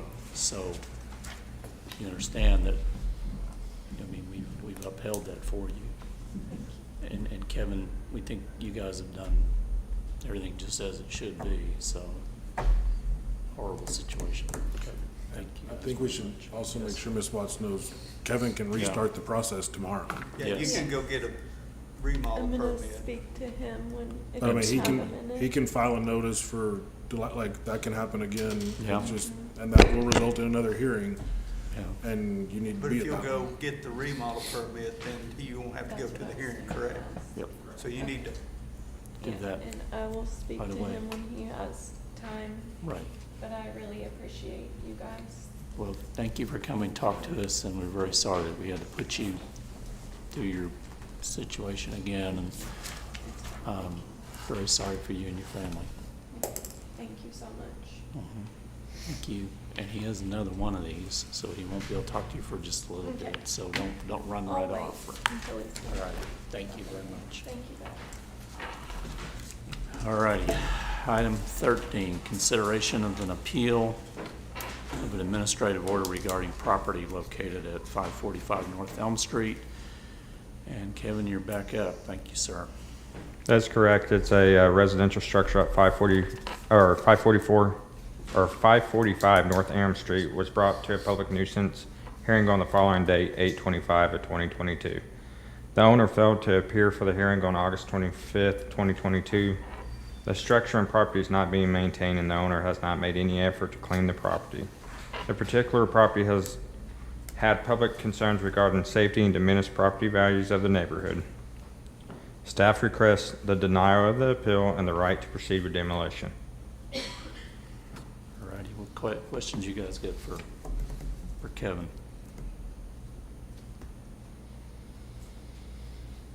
Questions? Is the property owner here? Doesn't appear to be. No questions? Do we have a motion? Joe, is anything, or Mr. City Attorney, do you see anything defective in the order? I do not. Notice examined and approved. Thank you. I move to uphold the order. Thank you, sir. Do we have a second? I'll second. Thank you very much. Okay, we have a motion and a second to appeal the staff recommendation on item 13. We'll call the question.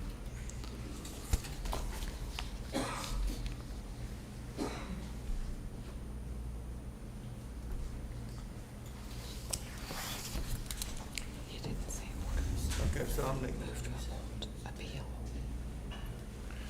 We're upholding, no, we're staff. Yeah.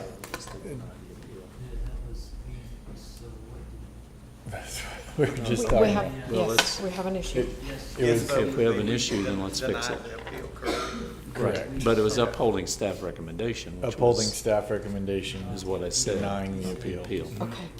Upholding staff recommendation, so make sure. I think I said uphold the order. Uphold the order, which would Okay. have been the administrative order. Is that everybody understood it when you voted? Yeah, I understand. Okay, That because was- we don't want to screw the vote up. so, We're upholding the order to demo the property. And denying the appeal. Deny. Right. Correct. if that is what I am voting for, Yes. okay. Sorry. I'm glad All right, if I, somebody if said I, that was like, okay, Okay. motion passes 5-0. Sorry for any confusion I may have caused in how I worded that.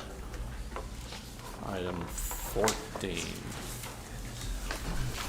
Discussion and consideration of a proposal with Elevation Land Surveying to provide professional survey services for Shawnee Twin Lakes, Lake Number 2. Mr. Barkheimer. Yes, How are sir. you, sir? Pretty good. Good afternoon. So, as the mayor just stated, this is a professional service contract with Elevation Land Surveying for Lake Number 2. You'll recall that we previously had Lake Number 1's boundary platted, and this is a continuation of that process onto Lake Number 2. It's simply establishing the exterior boundary of Lake Number 2 property and any easements that are existing on that property. So we've worked with Elevation a couple of times now, including Lake Number 1. They've been great to work with, and staff does recommend approval of the item, but I'd be happy to answer any questions that you have. Questions? I'm sure the lot owners or the lot leasers will be glad when that's Yeah, black and white. I would imagine.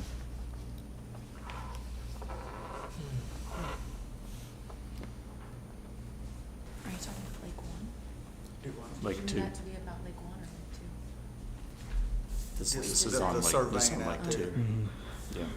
Because it's been a fiasco.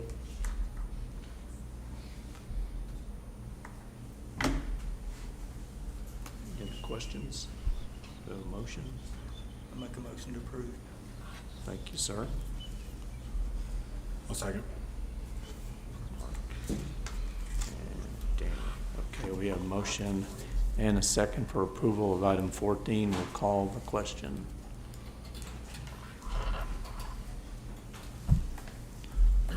Motion passes 5-0. Item 15, consideration of resolution authorizing application for high hazard potential dam HHPD grant from the Oklahoma Water Resources Board. And Seth, you're back up. Yes, sir. So, as I say in staff memo, over the last couple of years, we've received a couple of substandard ratings on our lake dams. So, as you know, we have them inspected annually through OWRB, and in our most recent inspection, Lake 1 Dam received a poor overall rating, with Lake 2 being a fair overall rating. So, you'll see later in the agenda, we have a bid opening to address some of the low-hanging fruit on the dam, just riprap placement and some other small features like guardrail and some asphalt, some stuff that we felt like we might be able to cover right away if we got a competitive enough bid on it. But for the more substantial issues, we would like to utilize OWRB's High Hazard Potential Dam Grant. This grant, if awarded, would pay for a portion of the field investigation and the design for the remediation of the issues on Lake 1. After which we would hope to pursue the grant again for the construction portion of the project.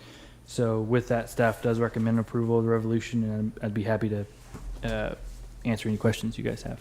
Do I get questions? So on the, you said we have some low-hanging fruit with those. How much are those affecting our fair to poor rating as far as some of the simple things like asphalt patches and railings? So I don't think that they play a huge role in our rating. So we have a number of issues, the largest one being a slippage crack down the longitudinal line of the dam. So that's by far what's making our rating be a poor. With that said, we have a lack of riprap on both dams. That's kind of sloped down into the water that we would like to get addressed at some point. And that's what the bid opening is on the next item. So we were trying to get that one handled. The slippage crack is going to be a little bit more involved. It's going to need a little bit more design. So that's what we're trying to apply for the grant to get that design effort covered. And so that is I would assume a crack in your dam is a pretty significant issue. Yeah, You I mean, know. potentially. Yes, yes. Right now, it's not an immediate concern, but Yeah, but yes, if left Unintended, unattended yeah. or Right. bad things could Right. happen. Yes, okay. Thank you, sir. Any other questions? If not, we entertain a motion. and just to be clear, the resolution just gives staff permission to apply for the grant. Okay. All righty. So there's nothing we need to vote on then? Yes, That's, yeah. yes. All righty. I'd like to make a So- motion that we approve staff's option to apply for the grant. There we go. A motion, do we have a second? A second. Thank you. And you're up. Thank you, Mr. Mayor. A resolution authorizing application for high hazard potential dam HHPD grant from the Oklahoma Water Resources Board, OWRB. Very good. All righty, we have a motion and a second for approval of item 15. We'll call the question. Motion passes 5-0. We will consider bids. Item A is Shawnee City of Lake Dam improvements. Understand we're opening bids, so is it Seth that's coming back up, or Brad's got it? Okay, come on up, Brad. How are you?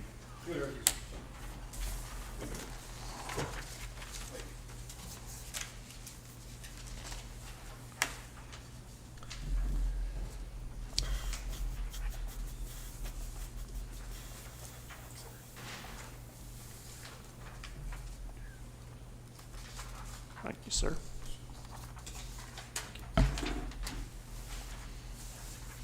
Thanks, sir.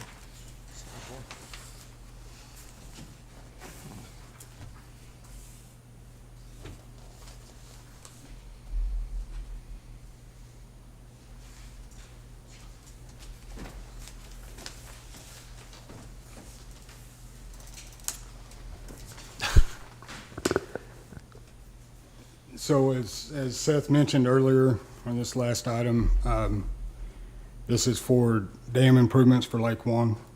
We received 2 bids, one from Downey Contracting LLC out of Oklahoma City for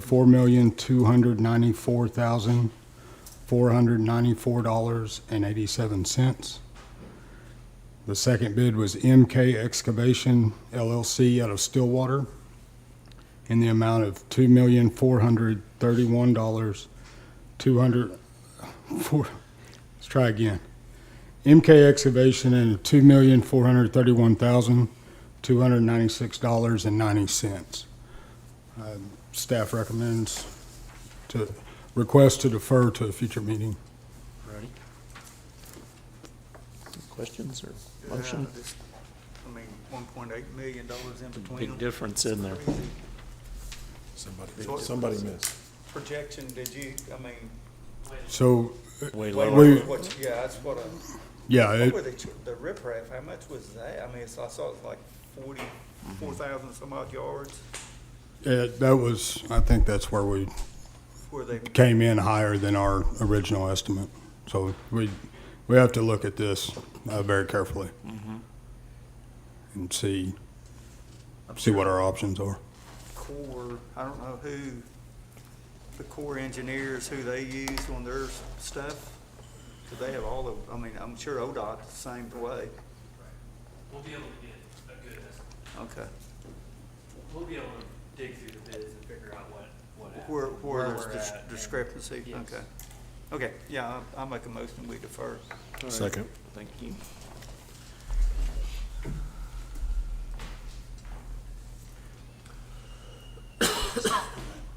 Mark and Daniel. Okay, Wastewater. so item, yeah, we will call the question, item 16, so to defer. And motion to defer passes 5-0. Item 17 is administrative reports, engineering and public works. Seth, are you doing that one? Oh, you guys are gonna tag team it. There you go. Very good, and Brad, there you go. All righty. All yours.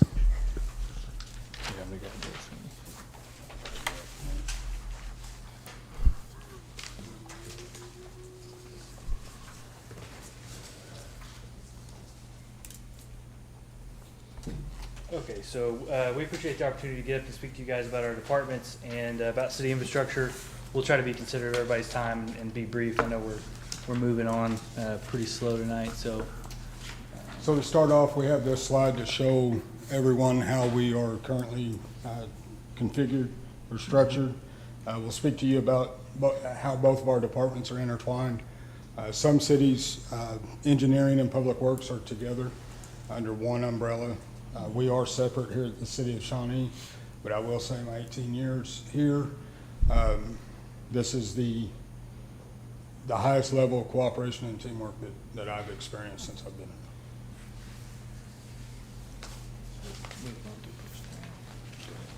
So personnel on the public works side, we have 88 full-time employees, 70 part-time and seasonal. That part-time and seasonal includes rec aides and lifeguards.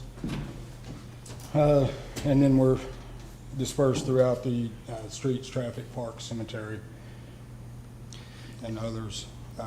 And on the engineering side, we have 10 full-time positions. Now, of that 10, you'll know that I'm the only engineer. We have one other in the administration staff for engineering, one permit tech, 3 inspectors, one GIS manager, and then 3 within our code enforcement departments. And I know if you're looking at those numbers, it seems like a lot, 98 positions between the 2 departments, but I can tell you, much like our comrades in police and fire, we are significantly understaffed. When you look at citywide, we have about 280 employees. You guys have heard that number a couple of times now. And if you look at other municipalities of our size, cities like Muskogee, Yukon, Bartlesville, Owasso, all cities with comparable populations, comparable services as far as cities go. Using Muskogee as an example, they have about 415 full-time employees, so significantly more than us. Now, again, that does include police and fire, but public works is proportionally understaffed.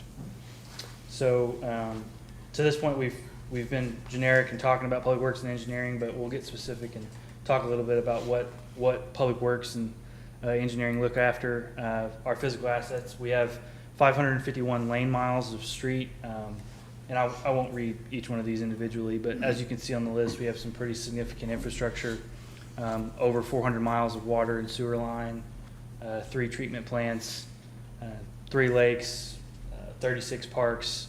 Overall, a pretty significant amount that we're taking care of currently.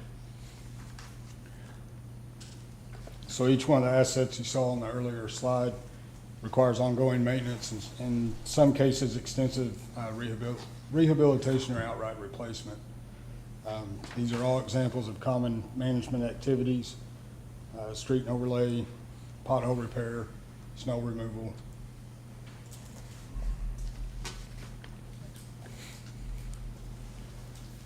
So here's a slide showing our last 5 years of main breaks. As you can see, I'm sure everyone remembers, 2021 was the February storm. So aside from that and overly dry conditions in 2017, you can see our average is around 50, mid-50s.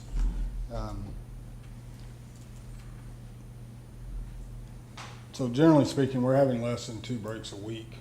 Now there are times that those all happen. We may have 10 in 1 week, but on our average is less than 2 a week. So the main breaks happen for various reasons as part of normal operations of a water utility. According to the American Water Works Association, there's between 650 and 850 main breaks a day throughout the nation.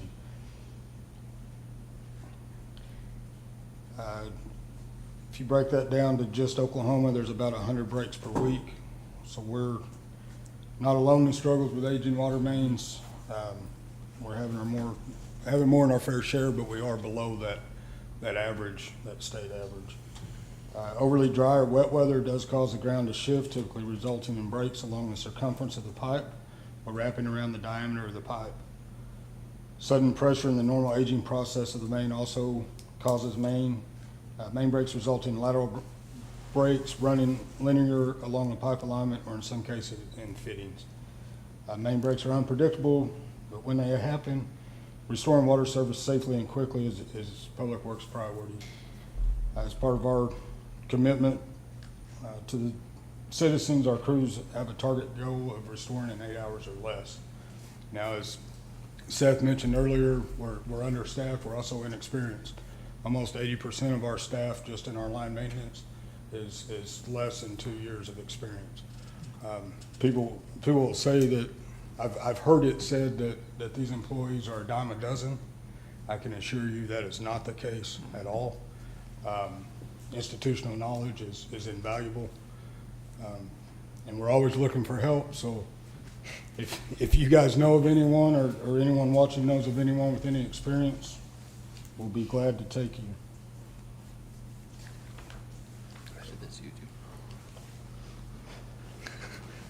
So this slide discusses roadway inventory and index. So out of our other major, this is our other major infrastructure piece. It's worth noting in 2018 we had IMS, or Infrastructure Management Services. They were contracted to conduct a pavement condition assessment and analysis on the 550 plus lane miles throughout the city. The PCI scores a ranking assessment on the overall health of a pavement segment on a scale from 0 to 100. At the time, our network average was found to be 65, which at that time was slightly higher than the U.S. average. In general, preservation of existing roads and street systems has become a major activity for all levels of government, not just throughout. Investing in this infrastructure at the right time and right location is particularly important, as a roadway can go from excellent to poor condition within 20 years' time. So the initial design and construction of our assets is guided by local, state, and in some cases, federal policies. Most often, we turn to our own municipal code, our own specifications, and our own subdivision regulations to guide our built environment. So one thing staff here lately has made a priority of, and I know that you guys are aware of this, is we've started the development of the new Unified Development Code to replace our dated subdivision regulations. We've been cleaning up our muni code chapters, chapter by chapter. Those two areas really cover our non-utility infrastructure. If you want to look specifically at utilities, there's pretty rigid and robust regulations from the state. So DEQ regulates construction standards for water distribution and wastewater collection. We're making sure that our new construction is permitted and compliant to state standards. So the problems that we face on the utility side really stem from aging infrastructure. Ensuring compliance with the latest guidance and continuing to update the guidance based on best practices in the industry enables us to build better, longer lasting, and more resilient infrastructure. So before we talk about specific projects, I did want to mention a little bit about the underlying implementation process of what our project entails. We often laugh at what the speed of government is and how long it takes for us to get stuff done from the point where we think about a project to the point that we get a project out on the street. And that's 100% justifiable, but you know, it's not lost on Brad and I or the city manager's office that we need to improve that process and get from A to B faster. However, I would say that the speed of government is also designed to create accountability and safeguard public assets and funds. And so there are multiple hoops that we have to jump through that private developers don't have to do when they're building the street. And sometimes that process is hard to see. And so it's easy to assume that nothing is happening if we're anywhere in those first three steps that I have highlighted on the slide, but that doesn't mean that we're not working on it. And so with that, let's discuss a little bit about what we have going on currently. So capital projects, as you know, are essential to all communities. All municipal infrastructure helps shape the community and local economy. The city assets affect the flow of goods, business location decisions, and prospects for future development. The city's service quality can only be maintained if funding is committed to keep those capital assets in good operational condition. The groundwork for this commitment is the development of a capital improvement program, a multi-year planning instrument that lists the name of each project, the amount to be expended in each year, the proposed method of funding, and other individual details. In general, a capital project is any endeavor or asset that costs more than $5,000 or has a useful life of 5 years or longer. This would include the example for example, would include the construction or rehabilitation of buildings, major street improvements, water treatment plant updates, or even the acquisition of vehicles. The CIP program does not include normal operating expenditures for salaries, routine maintenance and repair, or any item that is consumed during a single fiscal year.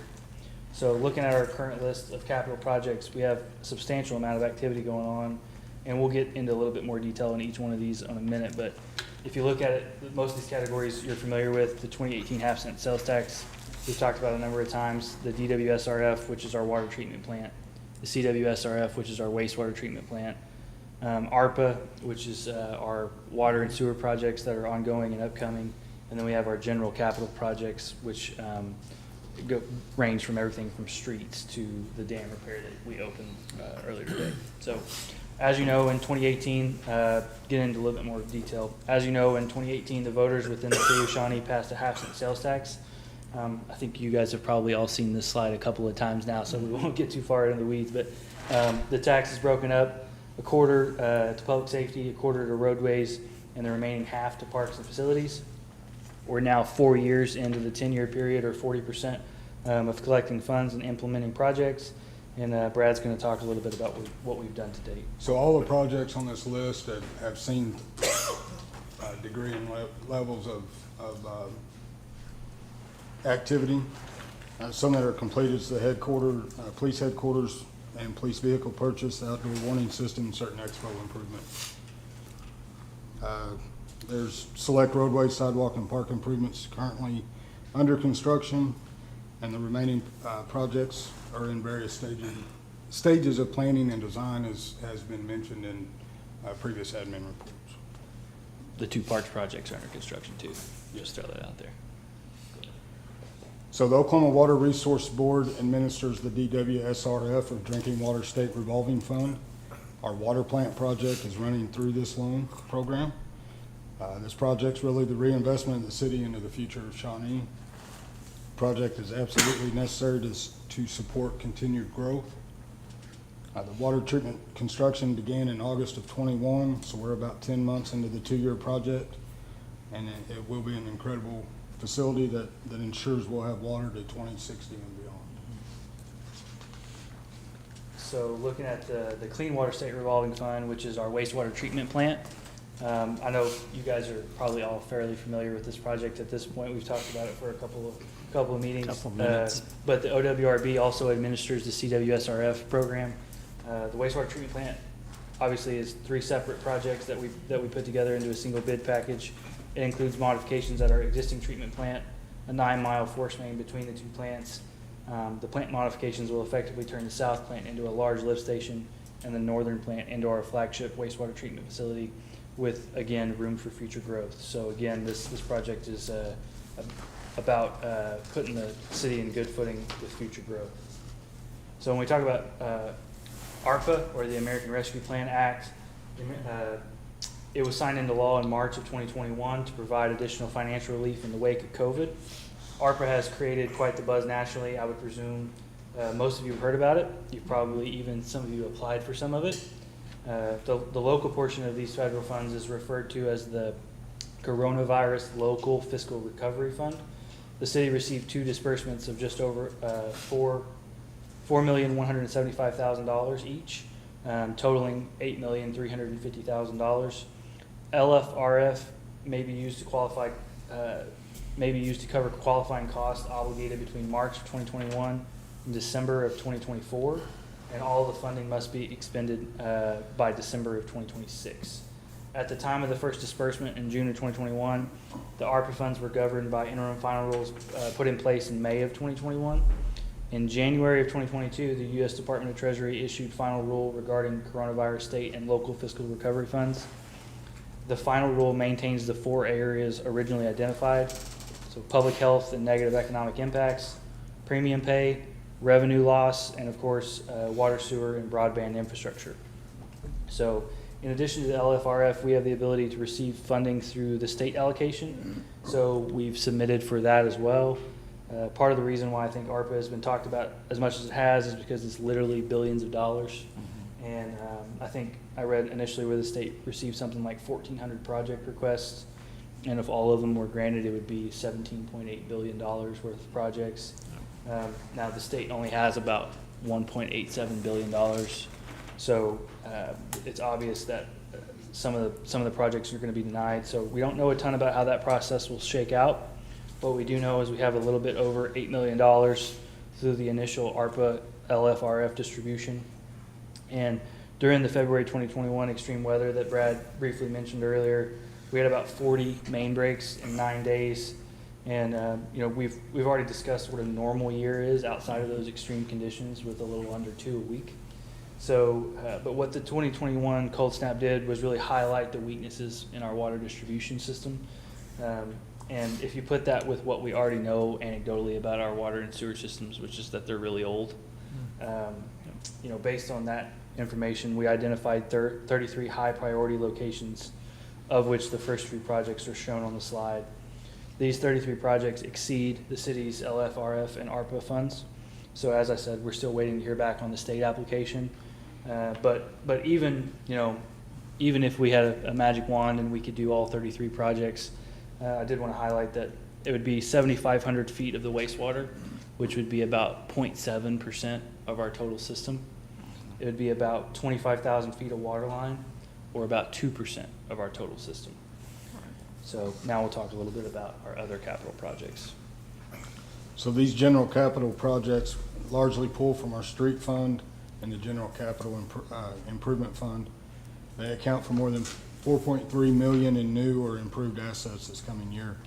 Some of those include the joint effort with ODOT on the Kickapoo widening, as well as Main Street Bridge, multiple sidewalks, the dam repair that was discussed earlier, Lake Patrol boat dock for quicker response, and many others. Okay, I promise we're almost done.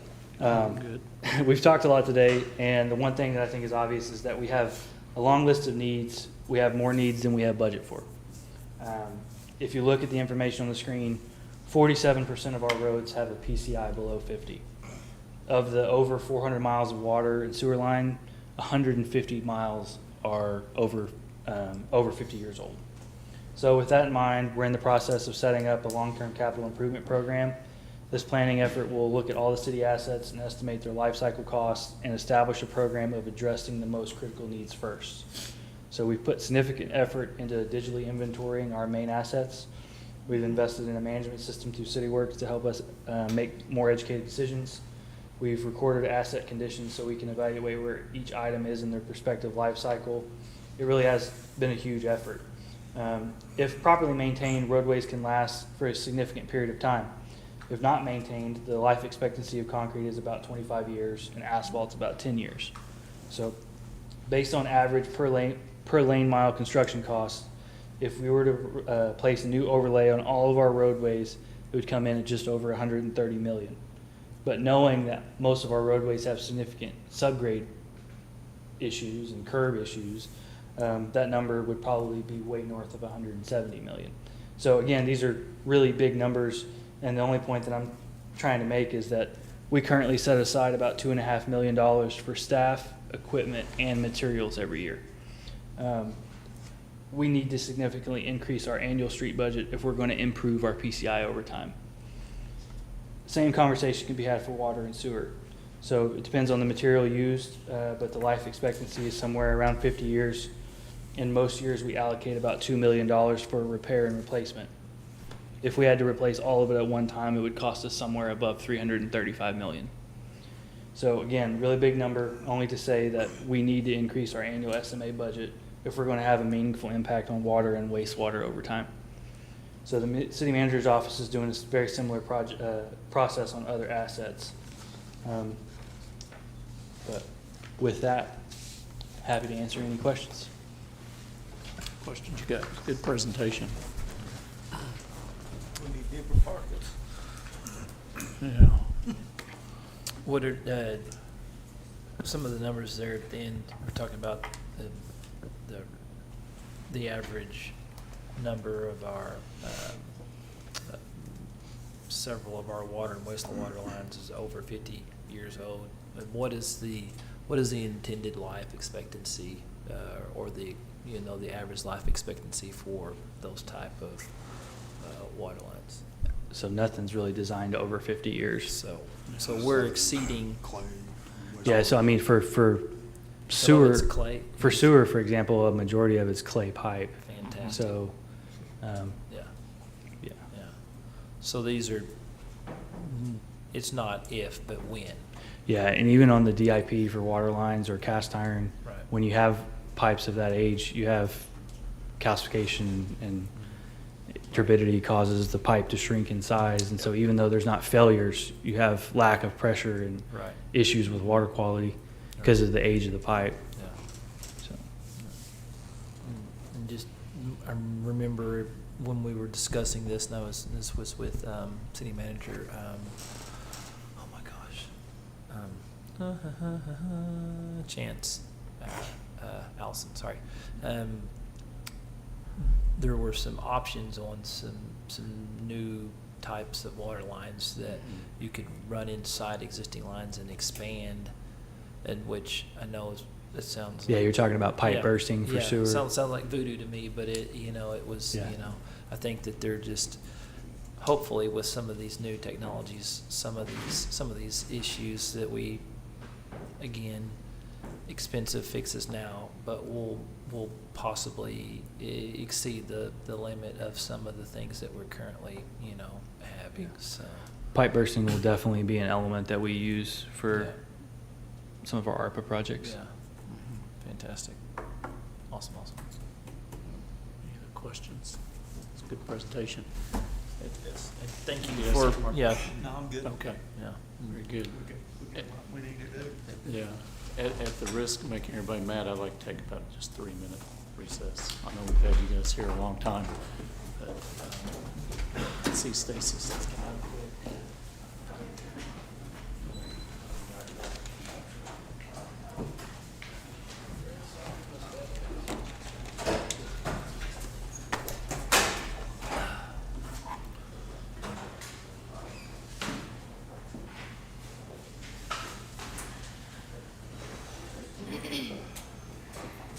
First meeting's a marathon meeting. One of them over summer. I want like May or June.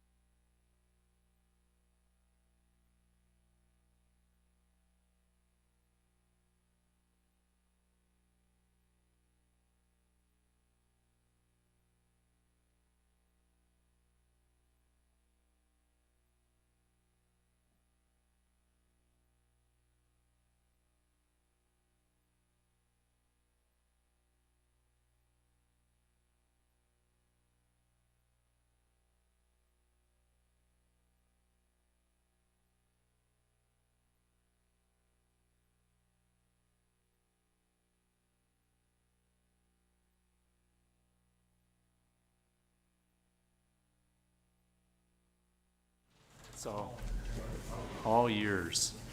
You got Thank you, Mr. Mayor. Meals and sales tax, looks like.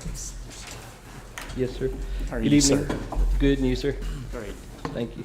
This presentation is designed to give a brief overview of the current sales tax rate in our community and discuss who receives those funds. There we go. First, let's discuss the significance of sales tax. Oklahoma is the only state in which municipalities are almost entirely dependent on sales tax for general operations, such as personnel expenses. This is significant because personnel costs are generally the largest annually recurring expense of a municipality. Even within the state of Oklahoma, municipalities are the only general government entity that does not have diversified sources of revenue for general operations. The one caveat, as we've discussed before, is that cities can now levy up to 5 mills in ad valorem tax through a public safety protection district. The maximum mill levy under the PSBD would equate to approximately 4% of the City of Shawnee's general fund. Focusing on Shawnee, our community sales tax rate is 9.495%. That rate is a combination of sales taxes implemented by 3 entities, the state of Oklahoma, Potawatomi County, and the City of Shawnee.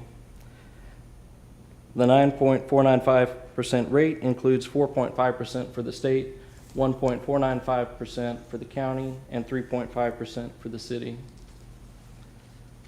The first piece of the pie is the state of Oklahoma, which receives the largest portion of sales tax in our community. The current rate of 4.5% and how the funds are utilized by the state is established in state law. And although those allocations may change by year, for fiscal year 2023, they consist of the General Revenue Fund, the Education Reform Revolving Fund, the Teachers Retirement System, Oklahoma Tourism, and the Oklahoma Historical Society. The rate of 4.5% is, of course, applied statewide. The next piece of the pie is the county. The sales tax rate applied by Potawatomi County is 1.495%. For reference, the maximum sales tax rate allowed by state statute for a county to adopt is only 2%. In Potawatomi County, 1% is a permanent tax, which was made permanent at an election on August 26, 2008. The funding is dispersed at varying ratios to 12 purposes. The largest funding items are county roads and bridges at 60% of the total funding, and the Potawatomi County Public Safety Center at 20% of the total funding. The remaining 20% provides funding for several purposes, including Potawatomi County Fire Departments, County Ambulance Service, County E911 Service, the OSU Extension Center, Economic Development, Senior Citizens, Soil Conservation Services, and the Free Fair and Junior Livestock Show, among other things. Finally, the other 0.495% is a temporary 10-year tax that was approved by the voters on November 10, 2015. The temporary tax will sunset in June of 2026. Of that, 0.49% is dispersed throughout the 14 public school districts in the county, and the remaining 0.005% is allocated on the election ballot for the Potawatomi County One Safe Place Family Justice Center. The rate of 1.495% is applied countywide.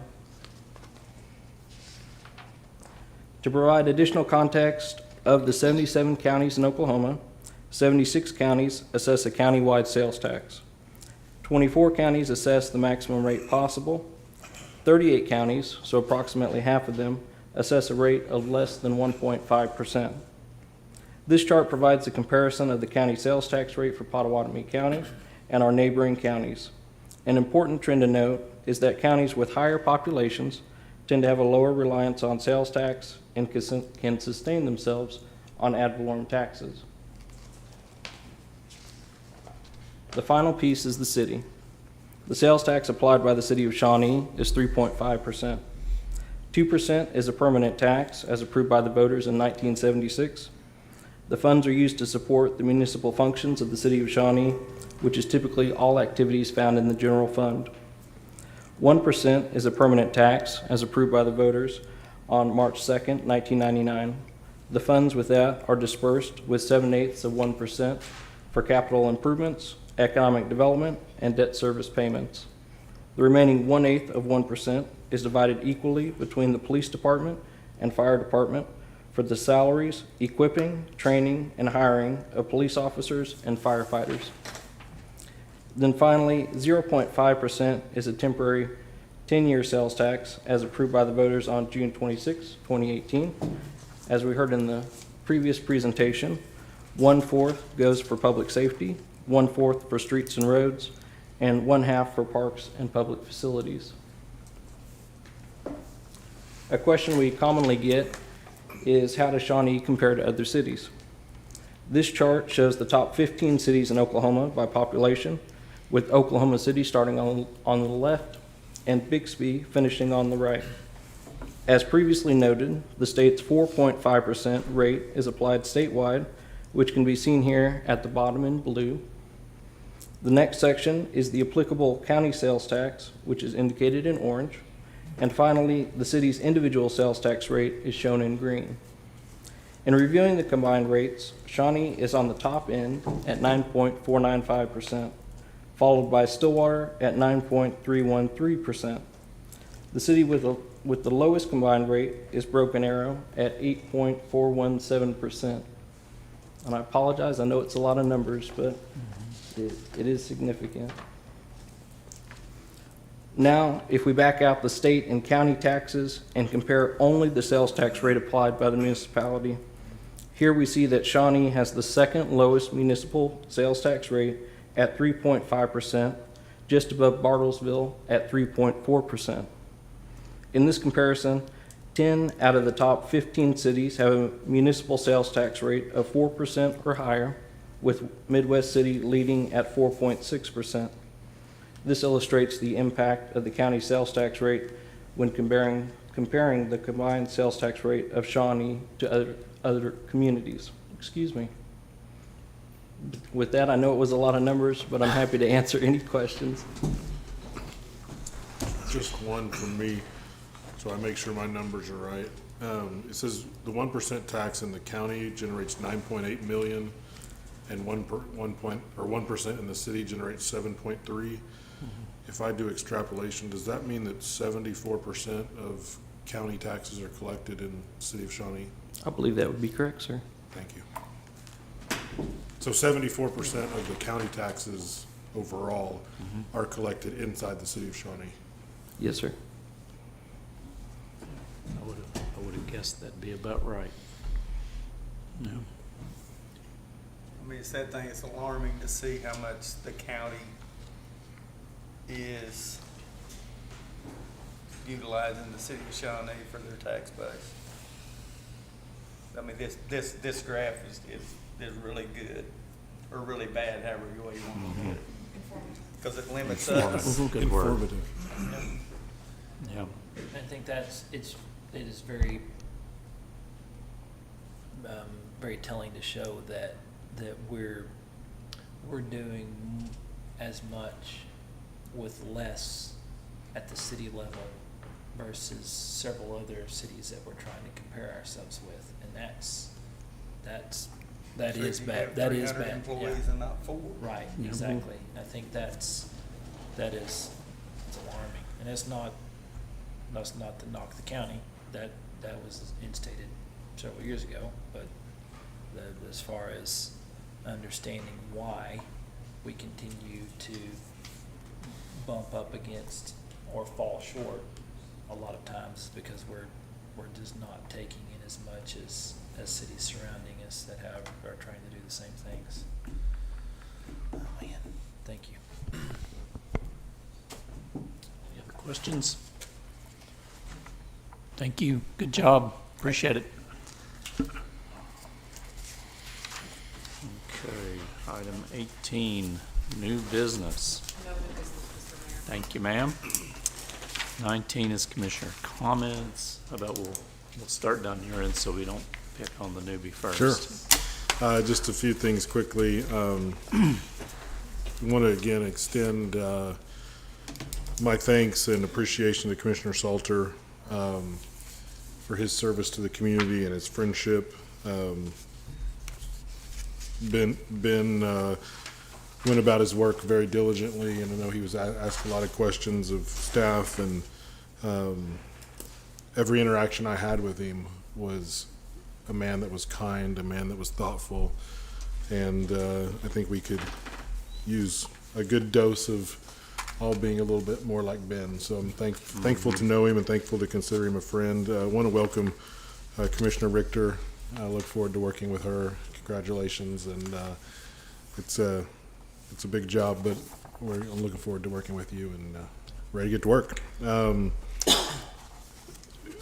Madam City Manager, we had a public comment on water infrastructure, and tonight I think your staff demonstrated once again what an amazing job we do with administrative reports, and perhaps we could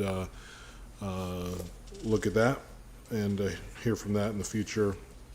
I thought the declaration in item 10 of National Suicide Prevention Week was an important thing, as so many people, particularly after the last 2 years, studies continue to show people mental health declining as a result of being separated. So just want to encourage everybody to reach out to their friends and loved ones. Sometimes many suffer in silence, and it's important that we reach out and check on people. And if you need help, certainly reach out, whether it be to someone you know, someone at your church, someone up here. I think there's a lot of people that care for you, and we can believe easily that people don't care, and so encourage you, if you're struggling, reach out and let people care for you. The 18 projects was that's really puts a lot in perspective. Brad said, thank you for that presentation. Also puts in front of us all the big things that are ahead of us. I've seen some comments on social media too about well, we should apply for ARPA and infrastructure money, and I want to assure people that that process is happening.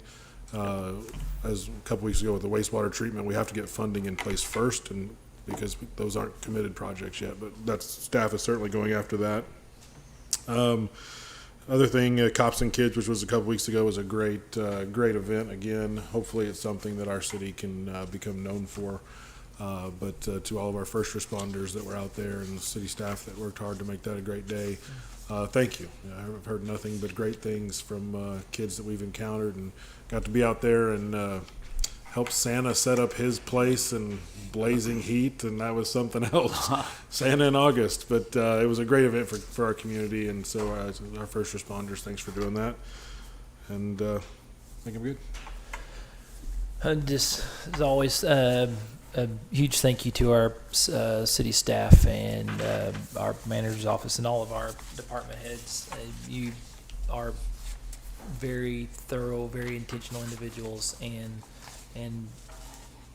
I've never have I sat here wanting to know the answers to questions or struggling with something and felt like there wasn't an answer to be had by asking one of you. And so thank you for being diligent. Thank you for doing your jobs well, and I appreciate all of your hard work and your efforts. Although tonight was a difficult conversations, there are also some continued intentional steps forward where our directors and heads of departments are seeing issues that we have as a city, and we're not turning a blind eye. We're trying to meet all these things head on and prepare for the future, and that's all that anybody could ever ask, is that we walk toward issues and walk towards good solutions for not just taking care of today, but taking care of things for years to come. So thank you for all of that. Per the public comment about the wastewater and water and sewer rate increases, just looking at the sheet that we were giving, and I'm just going off of this. I have not done my own research, but I'm just going off the sheet I was giving. It says that 2018, the minimum rate for water went from $22.25. In 2020, the increase was $22.74. That's a 49-cent increase, as far as what I know, for a minimum of 1,000 gallons. And wastewater went from 14.51 to 14.83, and that's a 32-cent increase so about 70 some odd cents worth of increase for 1,000 gallons doesn't seem like a significant increase to me based on these numbers. I mean, and it goes on to the same thing. So 2022, it says the minimum on here. Like I said, I'm just going off your numbers. 2022, the minimum was $23.42, which that would have been an increase from 2020 to 68 cents. So there were increases, and it shows that there are increases, but I'm just, we act like it was astronomical numbers, but based off of this sheet, it doesn't look like it was as big as what we're seeing here. So, and I would love to hang out and talk with you afterwards and let me see what's going on here with these. But there's just, like I said, just looking off the sheet that I was given. So, anyways, but welcome. Thank you so much for being willing to step into this position and take this on. It's not an easy job, but it is a very fulfilling job, and I pray that it is something that you can find your feet and do the best of your ability soon. And thank you, Ben, for your hard work and all of the time and commitment given to the city. Thank you, sir. Really, that kind of gone over everything.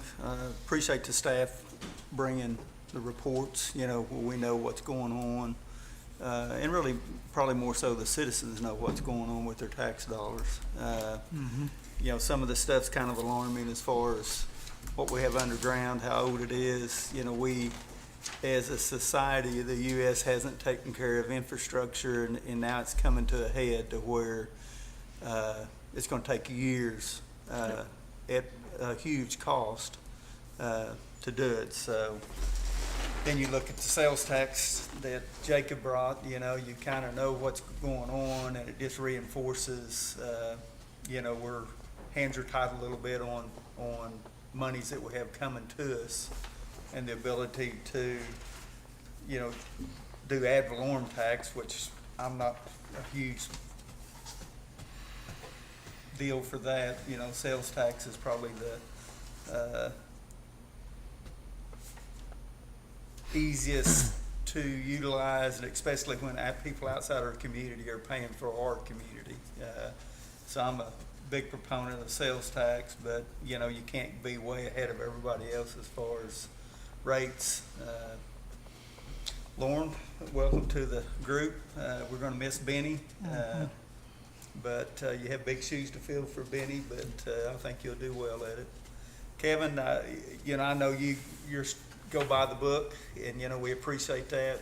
That's we have to have somebody that's kind of black or white too. So on our side, hopefully we have your back. With her, it's tough to see her going through what she's going through, and the sad thing, if she just would have made the effort, or he would have made the effort prior to it, we wouldn't have had that conversation. So it's a mess. You feel for them, but at some point you got to draw a line in the sand and go, hey, this is how we do it. So we appreciate what you do. About all I got. All righty, Lauren, you're up. I'm happy to get started now tonight, and thanks for, I can't say it enough. Thank you for believing in me as a city. I hope I can do a great job. I'm got plenty of notes, and most of this just is sitting on top of my brain right now, and it will assimilate around 2:30 this morning, 3 a.m. possibly, and I'll have plenty of questions to go at it after that. A lot of people have said it's like drinking from a fire hose, and I can feel it. I've believed it before, but I feel it now, and I hope to return the favor to city management or anybody else who's willing to drink from the fire hose with me. Not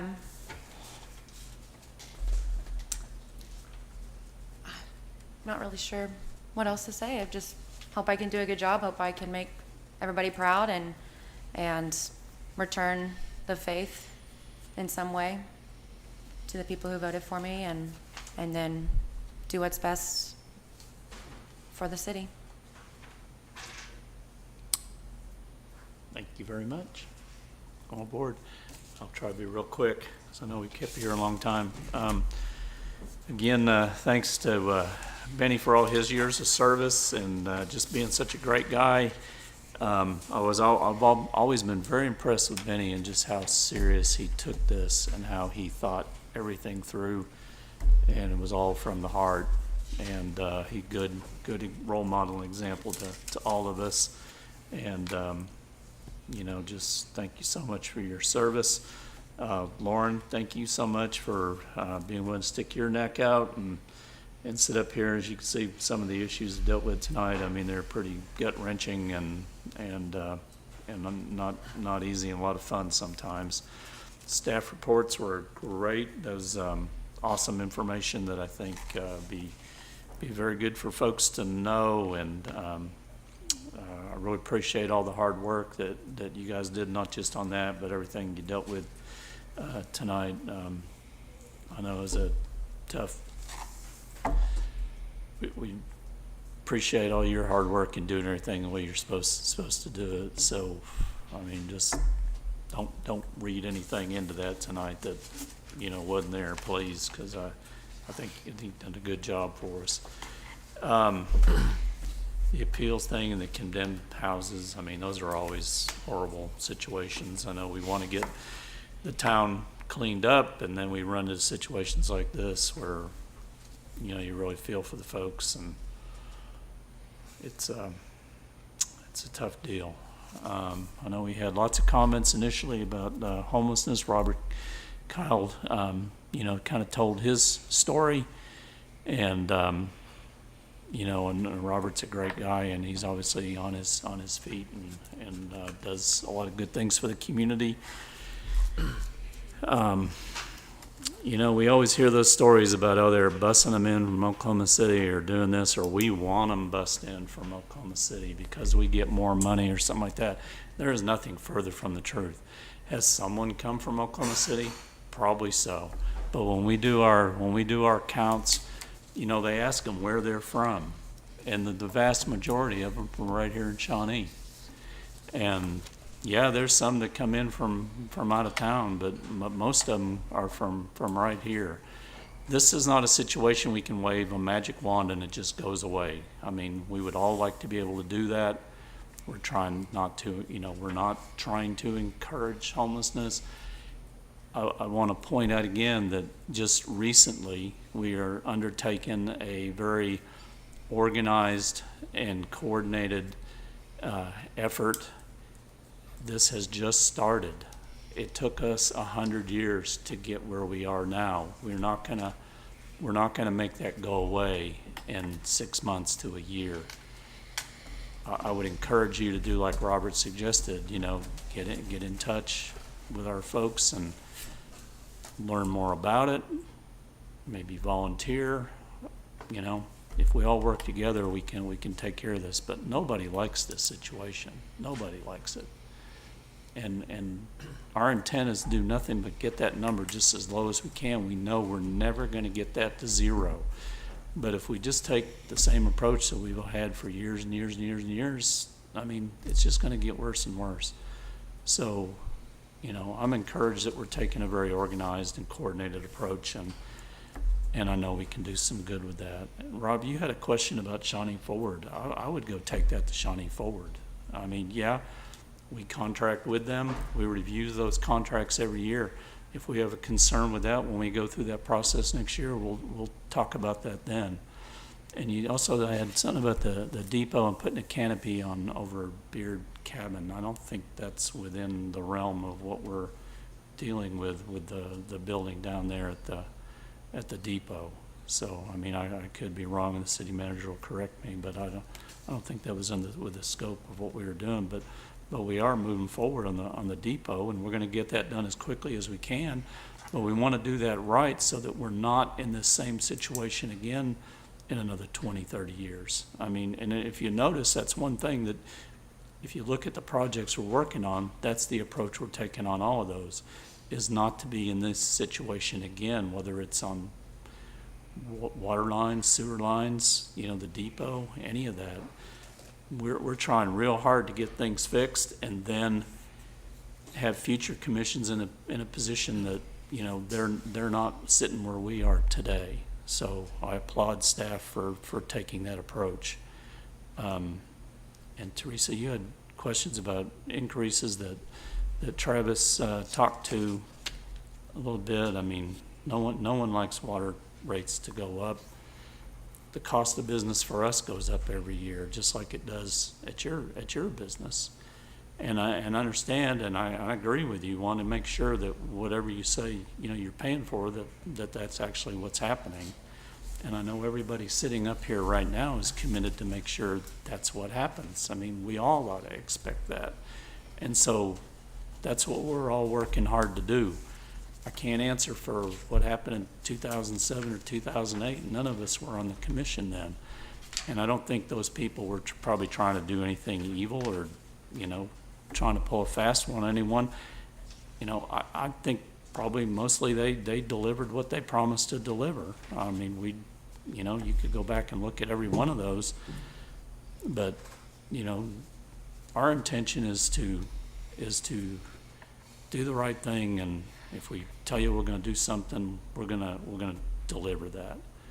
So, you know, we can talk more about that. I'd be happy to. I don't have anything else, so let me get back to where we were, because I know we had kind of a strange order tonight. And let's see, do we go to SMA? And let me see if I can dig through and find that, because I know we had, there we go, right there. So we've already considered item 1. So we'll go to item 2, which is consider approval of the consent agenda. And Lisa, correct me if I'm in the wrong spot, please. Okay, very good. Okay, so item 2 is consider approval of the consent agenda. Looks like all we need is a motion, probably. I'll make a motion, we approve. Thank you, sir. I'll second. All righty. We have a motion and a second for approval of item 2. We'll call the question.